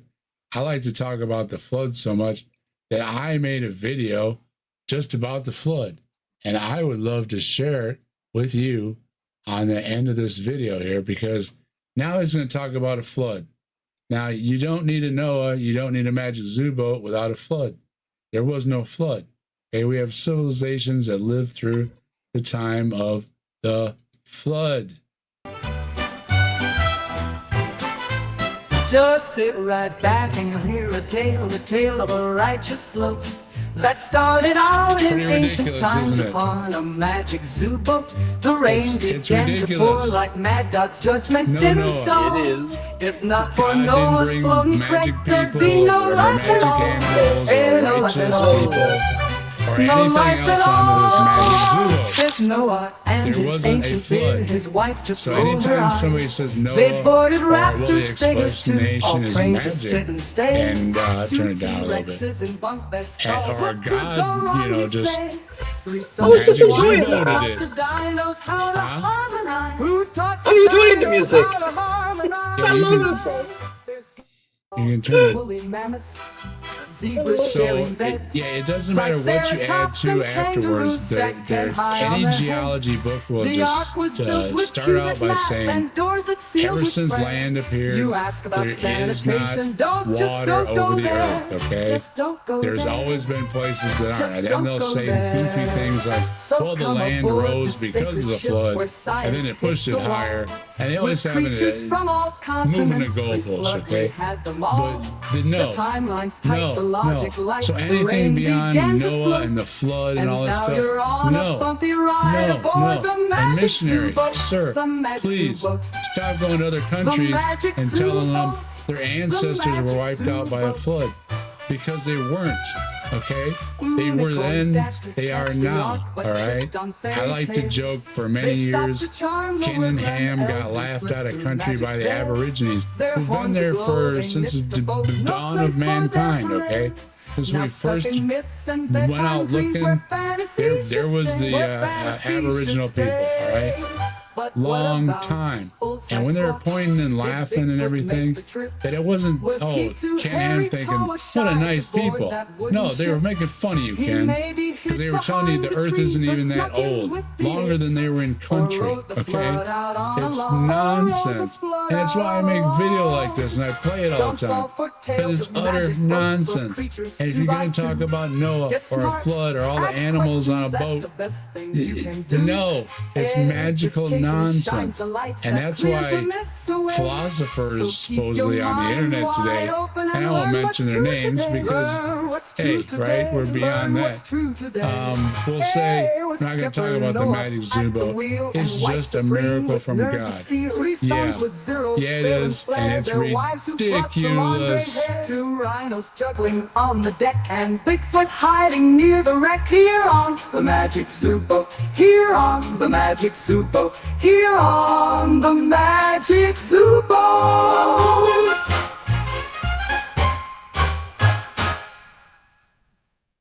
So I'm sorry, if you're going to bring up the magic zoo boat in any way, shape, or form, I'm going to change to you are no better than the magic zoo boat guy. You are no better than, you may as well be Ken Ham sitting there with a picture of the ark behind him, all right?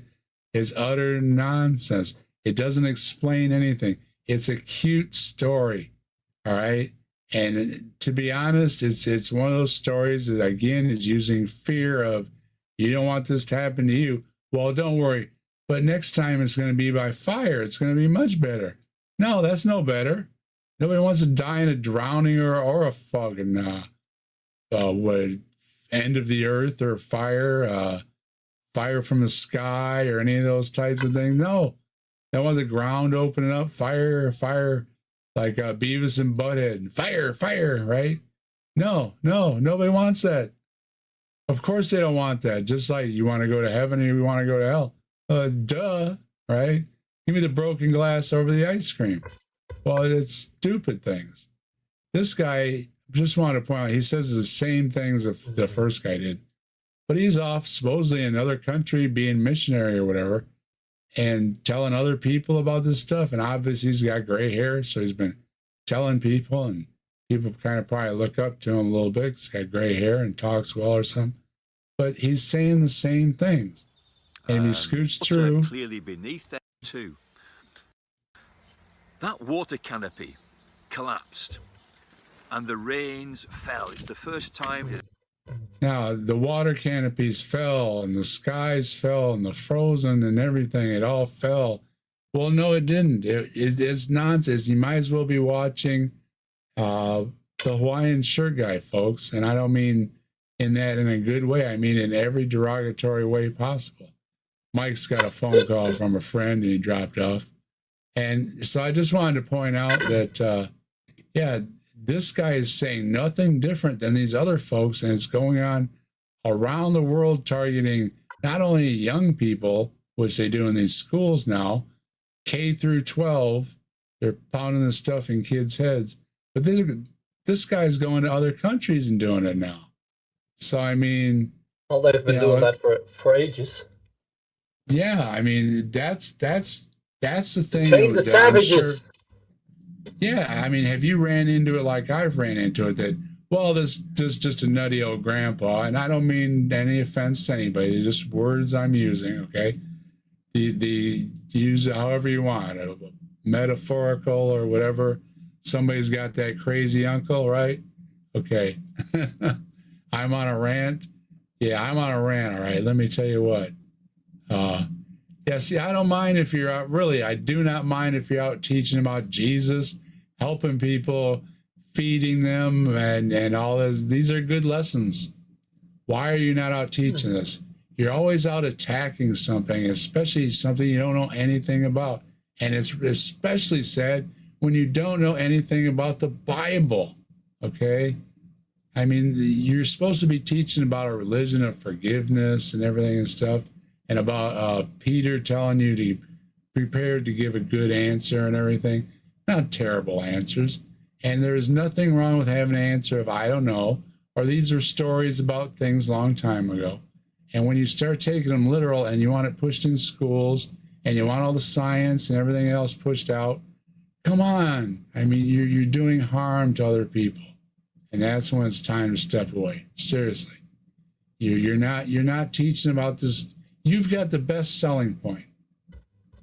I mean, ask yourself, if you're any type of scientist or whatever, don't you have Jesus in heaven? Okay? Lay down with the lambs and all this. Don't you have the best selling point ever?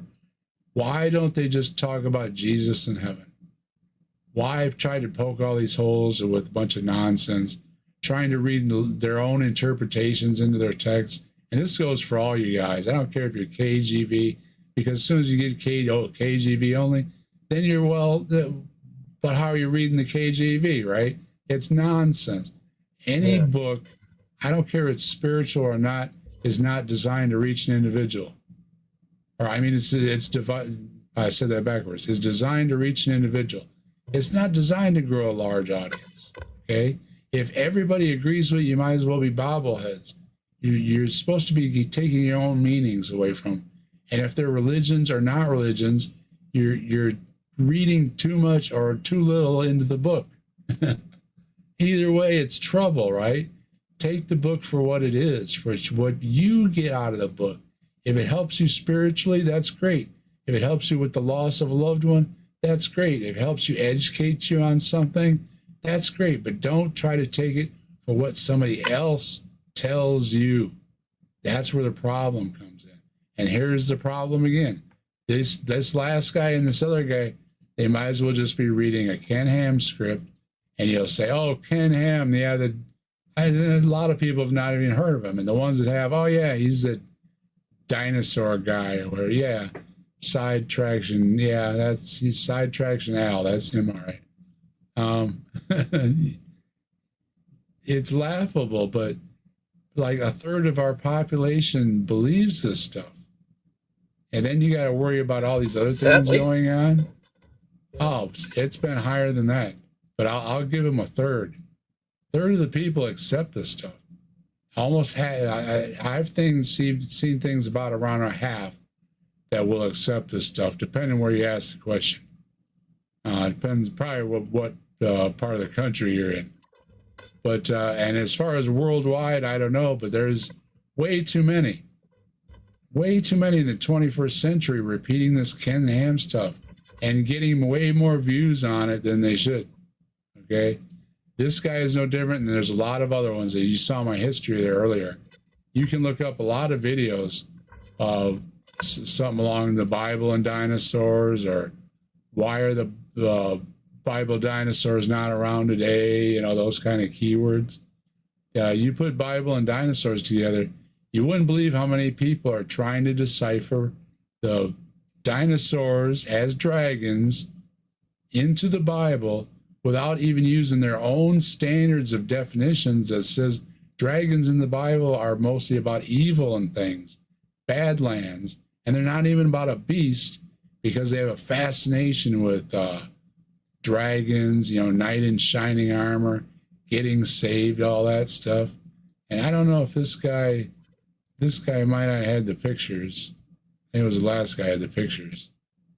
But they were using the pictures, and I was just rolling my eyes. Probably get this guy off here. I was just rolling my eyes because that's too big. That's one. 1% of Americans. I'll just move you over here because you got a dark spot. There we go. 40% of Americans. 40, you found one that's 40. I've seen numbers anywhere from 30 to 50, and even ones that are above, depending on how the question is asked. Yeah, that's people that believe in creationism and believe that God created the earth 6,000 to 10,000 years ago. But also, this one's also quite shocking. It's like, at first it doesn't sound too bad. 16% of Americans believe that the earth is flat. That's all Americans. When you go down to people between 18 and 24, it's 34%. That is high. What percent of elderly Americans believe the earth is flat? 16% of all Americans. All? So that's 16%. So that's not that bad. But if you look at Okay, are you saying 60 or 16? 16. Thank you for clarifying. I was about to have a stroke. But realize 60.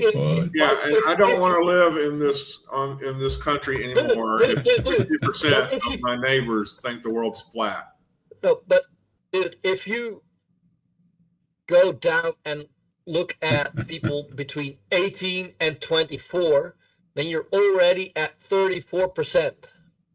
That is okay. When I go see my grandkids this next week, I'm going to shout at them, "The world is round!" And all those teen moms and dads are going to teach that to their little kids, so that will only increase. And the smarter people of older ages, they will die out.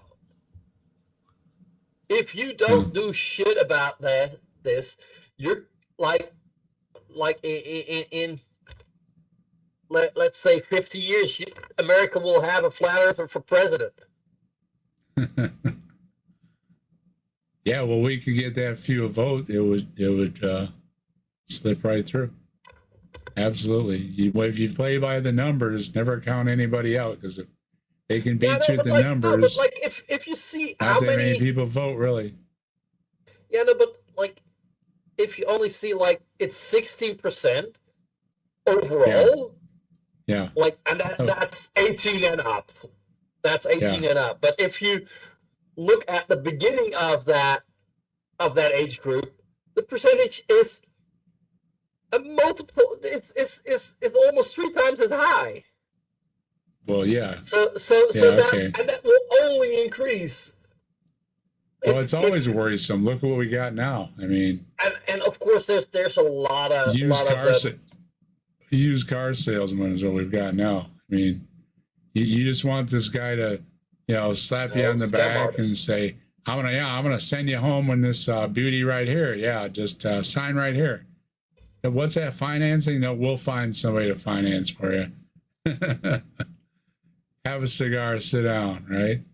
Yeah. No, I don't see anything beyond that, an empty shell, right? And there's the, that's fucking the people sad, that do man. it, it's a hard job, but still. And like the 40% creationism. That's fucking scary. That is scary. The same 20%, and you can look this up yourself, and it varies a few points, but the same 20% are always in on the weirdest stuff. So if you throw something out there, they're going to be in that 25% area. Oh yeah, okay? that's 16%. And you'll laugh. They are in that 40%. Yeah, you'll laugh, right? But I mean, there's three of us here, and Mike was, Mike dropped off for a call. So Mike was here. So I just playing odds. I'm not pointing these people out. But just out of the four of us, one of us should be off their nut. So which one is it? That's probably me. Yeah. I'll raise my hand. Are you willing to point your finger at yourself, or are you going to point at the other guy? Or we could also say, for this stream, that there have to be 9 people that are sane. Well, we've had that many on a couple streams. I want to have a couple of streams. Well, I want to have a stream since I passed 600, but I lost two today, so we were really trying to pick up 2 more people today. Losing 2 people overnight, and I was just like, hey, I'm trying to get to that next level. So if you'd like to help me, I sure appreciate it. If you aren't subscribed, you should be. If you know somebody that might have a good chuckle, or, hail Bigfoot, right? I'll hail Bigfoot. I mean, come on. I got the shirt on. I'll hail Bigfoot, okay? Join the channel and make my evening for I just couple subs at a time. I'm over 600. I like to get to 6.5, start looking at 7.5, start looking at 1,000. You get the idea. And we can have so much more fun. We can have so much more time, more emojis and all that kind of good stuff. If you like the shows, hopefully I'll be feeling better. I can't promise anything, but if I'm feeling good, I'm going to try to do some other shows during the week too and have some laughs with y'all, because I like hanging out with you guys. Just been illin', you know what I mean? It's one of those things that hits some of us folks. And I was talking about Bill Ludlow earlier. Bill Ludlow got hit too, and we lost Bill Ludlow, but he left some great videos. I think Aaron Ra is in possession of them, if I'm not to be mistaken. I don't want to misspeak for him, but I know he left somebody in charge of his channel, and his channel is still up. So go check out Bill Ludlow when you got a minute. Hit the man a like out of respect, okay? Great man, missed. Didn't tell anybody right up until the end. I'm a little different because, I wasn't doing my shows. Everybody knew something was up. I messaged everybody, hey, I'm sick. And, things were handled. Some folks went their own ways, And I am going to try and make a video when I'm feeling good about my situation. So I'm trying to keep those separate. So I'm going to make some videos, though, and I will be back as many Saturdays as I can. I do have subs by the ready. Mike and Joe at the Kentucky Atheist have both volunteered subbing for me, so the show would go on in its time slot. So we're going to try not to mess up any Saturday night at the Atheist, all right? Because it's a separate issue. We're here to have a good time, right? And talk about, things like Bigfoot, saying, hey, you rock. And I'm gonna let everybody know they rock, because you guys. Bigfoot stomps. Yeah. Bigfoot stomps. Through the dark, through the swamps, he says you rock, he says you roll. Bigfoot stomps on your soul. Bigfoot stomps on your soul.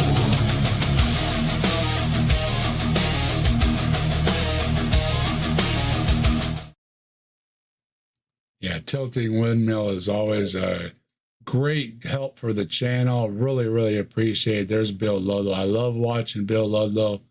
Was sad losing Bill Ludlow, but out of respect for Bill Ludlow, he made some great content. He was I don't know if he was just a lay person, but he gave tours of museums and stuff, did a lot of science communication if he wasn't degreed. Either way, a great dude. Check out Bill Ludlow's channel sometime. He's got quite a few videos on there for the short time that I remember him being on. But yeah, I loved watching his stuff all the time. I'm sure you will too. He had a great sense of humor, went after folks like Hovind and the banjo music and everything, you know, and kind of mocking. You get the idea. Sense of humor. Check out Bill Ludlow. Thank you, Tilting Windmill. And as always, like Jasper has to say, thank you as always, Tilting Windmill, for pulling those links for us. We really appreciate it. Yeah, please go below, hit the like and the subscribe. Say I lost 2 subs. I couldn't believe it. Who would drop me? But they did. So let's okay, let's put at least 2 back. I think maybe it was a bot or 2 that dropped. Yeah, you know, I think a real human would drop you. I was disappointed. I really was. What do you think, folks? Should we play some Brad going out tonight? It's funny, isn't it? It is funny. I think I'll pick up some Brad. Well, for Mike, what's been in Mike's chatterbox? Anything in the mornings coming up, Scott?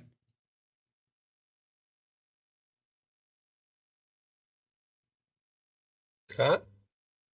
Scott's still there? Sorry, I had too many tabs open and I couldn't find the microphone. But no, we don't have any streams planned for tomorrow that I'm aware of. Mike really likes to do things off the cuff. No fooling. Yeah. So hey, are you there? Yeah, let's stream. Boom. Be looking hopefully, people. Be looking hopefully for Okay. another live stream from Answers in Atheism. Tonight and tomorrow, I'll be reading the book, The Battle of the Big Bang by Phil Halper. And let me find the author's name. Nayesh Afshordi and Phil Halper. Phil Halper has his channel on YouTube and often has panels with not only Nayesh, but Alex Malpass and a couple of other philosophers. I can't remember their names for some reason right now, but it's a really great channel. And what they did was they did a series of videos on the battle for the Big Bang. And then they finally wrote a book by that same title. And it's so far, it's really engaging. It's really understandable. It's clear language. It's not too, that technical physics language that, you often have to look up words for. It's real readable. So I really encourage people to get a copy of that book. Okay, there's a good plug. And yeah, I know Mike does stuff in the mornings too, so always watch out. And as always, when you go below, hit the like. Goes a long way, really. It don't cost you nothing. Just hit the like button. If somebody else needs a good chuckle, hit the share button over there. Really helps out a lot. All these things add up to YouTube. It really matters. So every time you spread any type of other social media or whatever, it helps that channel out because everybody wants to target the guy watching your stuff, right? Just the way any advertiser would do for any TV channel. Who's watching the show the most is who you want to sell the ads to, right? Duh. Doesn't take a lot to be an economist. You just got to pay attention and have the duckies to get started, I guess. But while you're below, you hit the like, the share, the subscribe. If you want to join the fun with all the emojis get extra videos and stuff, which I am working on. I didn't forget about you. Just was illin', so people have been really cool about having memberships anyways. I am going to bring some of the members. I want to bring some thanking you for 600 subs too. So I'm up over 600 now. So the last year has been, I've had I've been looking, I've had the couple hundreds and the 4 and the 5 and a bunch of different celebrations. So I wanted to have a 600 too and say thanks. And I wanted to have a members. I was looking for a members video, but maybe we'll just hang out or something. I have somebody come on and I will just do it that way just so I can take care of the members. But yeah, and any videos I put out, you put an early access on so you can see the day before and all those kind of goodies that members only get, right? And so also check out the description, scroll a little more, and you'll see the description. You'll see all these fine folks in the description. You'll see Answers in Atheism. You'll see Brainless over at Commander's channel on Sundays, as well as when Slim's on, playing some games, etc. And you catch him over there. And we all have, no matter what channel, it's a good time, it's a good laughs, it's some good information. We get stuff from the other side of the globe. I know it's late for Brainless, and we always appreciate when Brainless is on with us. So Brainless, you want to say goodnight while I look for thing and tell everybody come see Commander and whatnot? Yeah, I'll look for Brad. Yeah, they're like tomorrow we got a stream planned. What was it again? I forgot. I do have it in the description. Yeah, but like the channel is in the description. The channel is in the description, so you can find us. What time? I believe it's an hour earlier than this stream was. So that would be 4 o'clock. 4 o'clock Eastern, folks. Look for Brainless over at Commander's channel. Yeah, that's it's probably going to be fun, especially if we have the Drunk Monkey on. And with special guest Drunk Monkey. Yeah, he's fun. Okay. And with that, we'll hit up some Brad here, and we'll say goodnight. And thank you, everybody, for being here. And thank you, as always, Tilting Windmill. And, oh, wait a minute. Before we go out, I want to hit... you just hold on there, Brad. I want to hit the star thing because I forgot last time. I stopped the stupidity. You're awesome supporter of the channel. Thank you, as always. Gifting out 10 captive desk memberships. And Jasper, I love saying that. Like it or not, that's what it is. Jasper, H. Jasper, gifted out a captive desk membership as well. And I gave out 10 for the holidays. Say thank you to all the members and all the channel and all that kind of good stuff. Happy holidays to everybody. If I don't catch you between now and then, I am scheduled to be on Christmas Eve for an hour. Say hi to everybody on Purple's stream for the holidays. She has a 48-hour stream over there. Make sure you drop by and show them some love. And there will be a stream supposedly was set up with Joe for Monday, where we're talking about an old favorite. That should be a good time. Joe and I always have a good time. And in between there, we're going to try and do some other stuff. So either way, if I don't see a happy holidays or whatever you celebrate, it's all good. Ain't going to get into that. Enjoy the captive desk memberships for the month, though, because I'm sure you will appreciate it. And, oops, wait a minute. Let me hit the thing. The thing. How'd I lose the thing? We got, okay. Scott dropped off. He said he's got the dog looking at him, got to go outside. So that's what it was. So doggies go first. Doggies always come first. So have a good evening or a good morning or a good night or wherever you are in the world. For those of you turn on in Europe, I know it's late for you. And as far as Simos goes, we did hear from Simos. Simos is still vertical and still with us.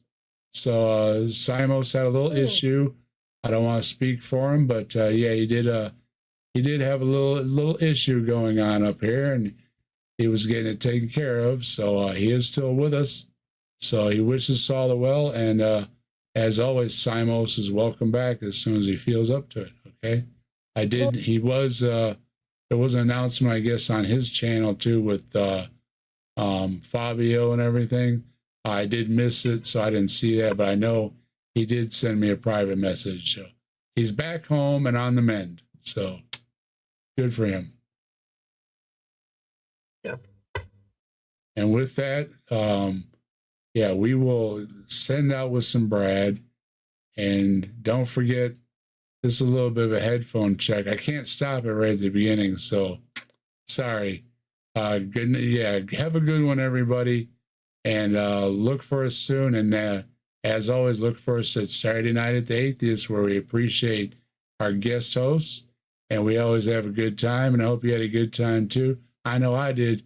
3 hours buzzed right by. So have a good one, folks. And I'll see you next time. Good night.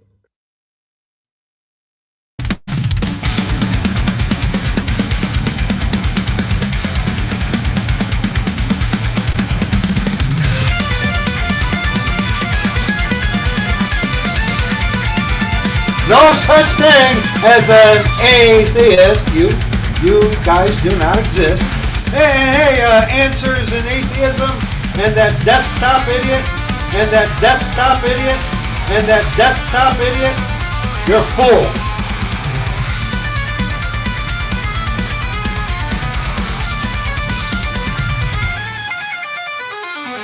See here, dead flies. Dead fly. Millions and billions of years ago, in a galaxy far, far away, nothing exploded. Dead fly. You call me crazy. Pain of thy destruction. Wait a minute, am I reading the right thing?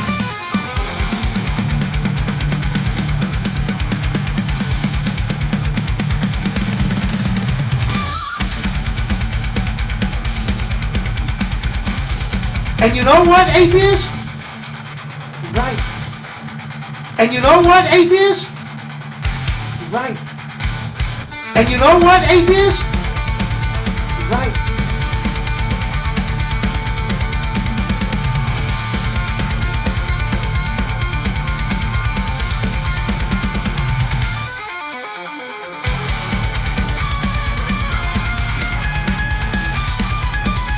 Oh, you atheist, especially that one desktop idiot.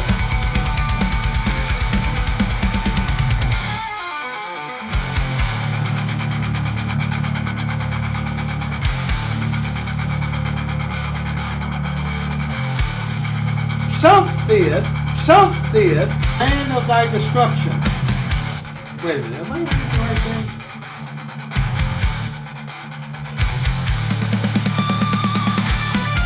On you. Hey, that's what I say. You know, hey, have a great time. Hey there, Answers in Atheism or Atheist, whatever you are.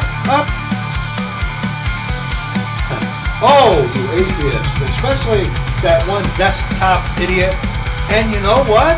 There, atheist, you're right.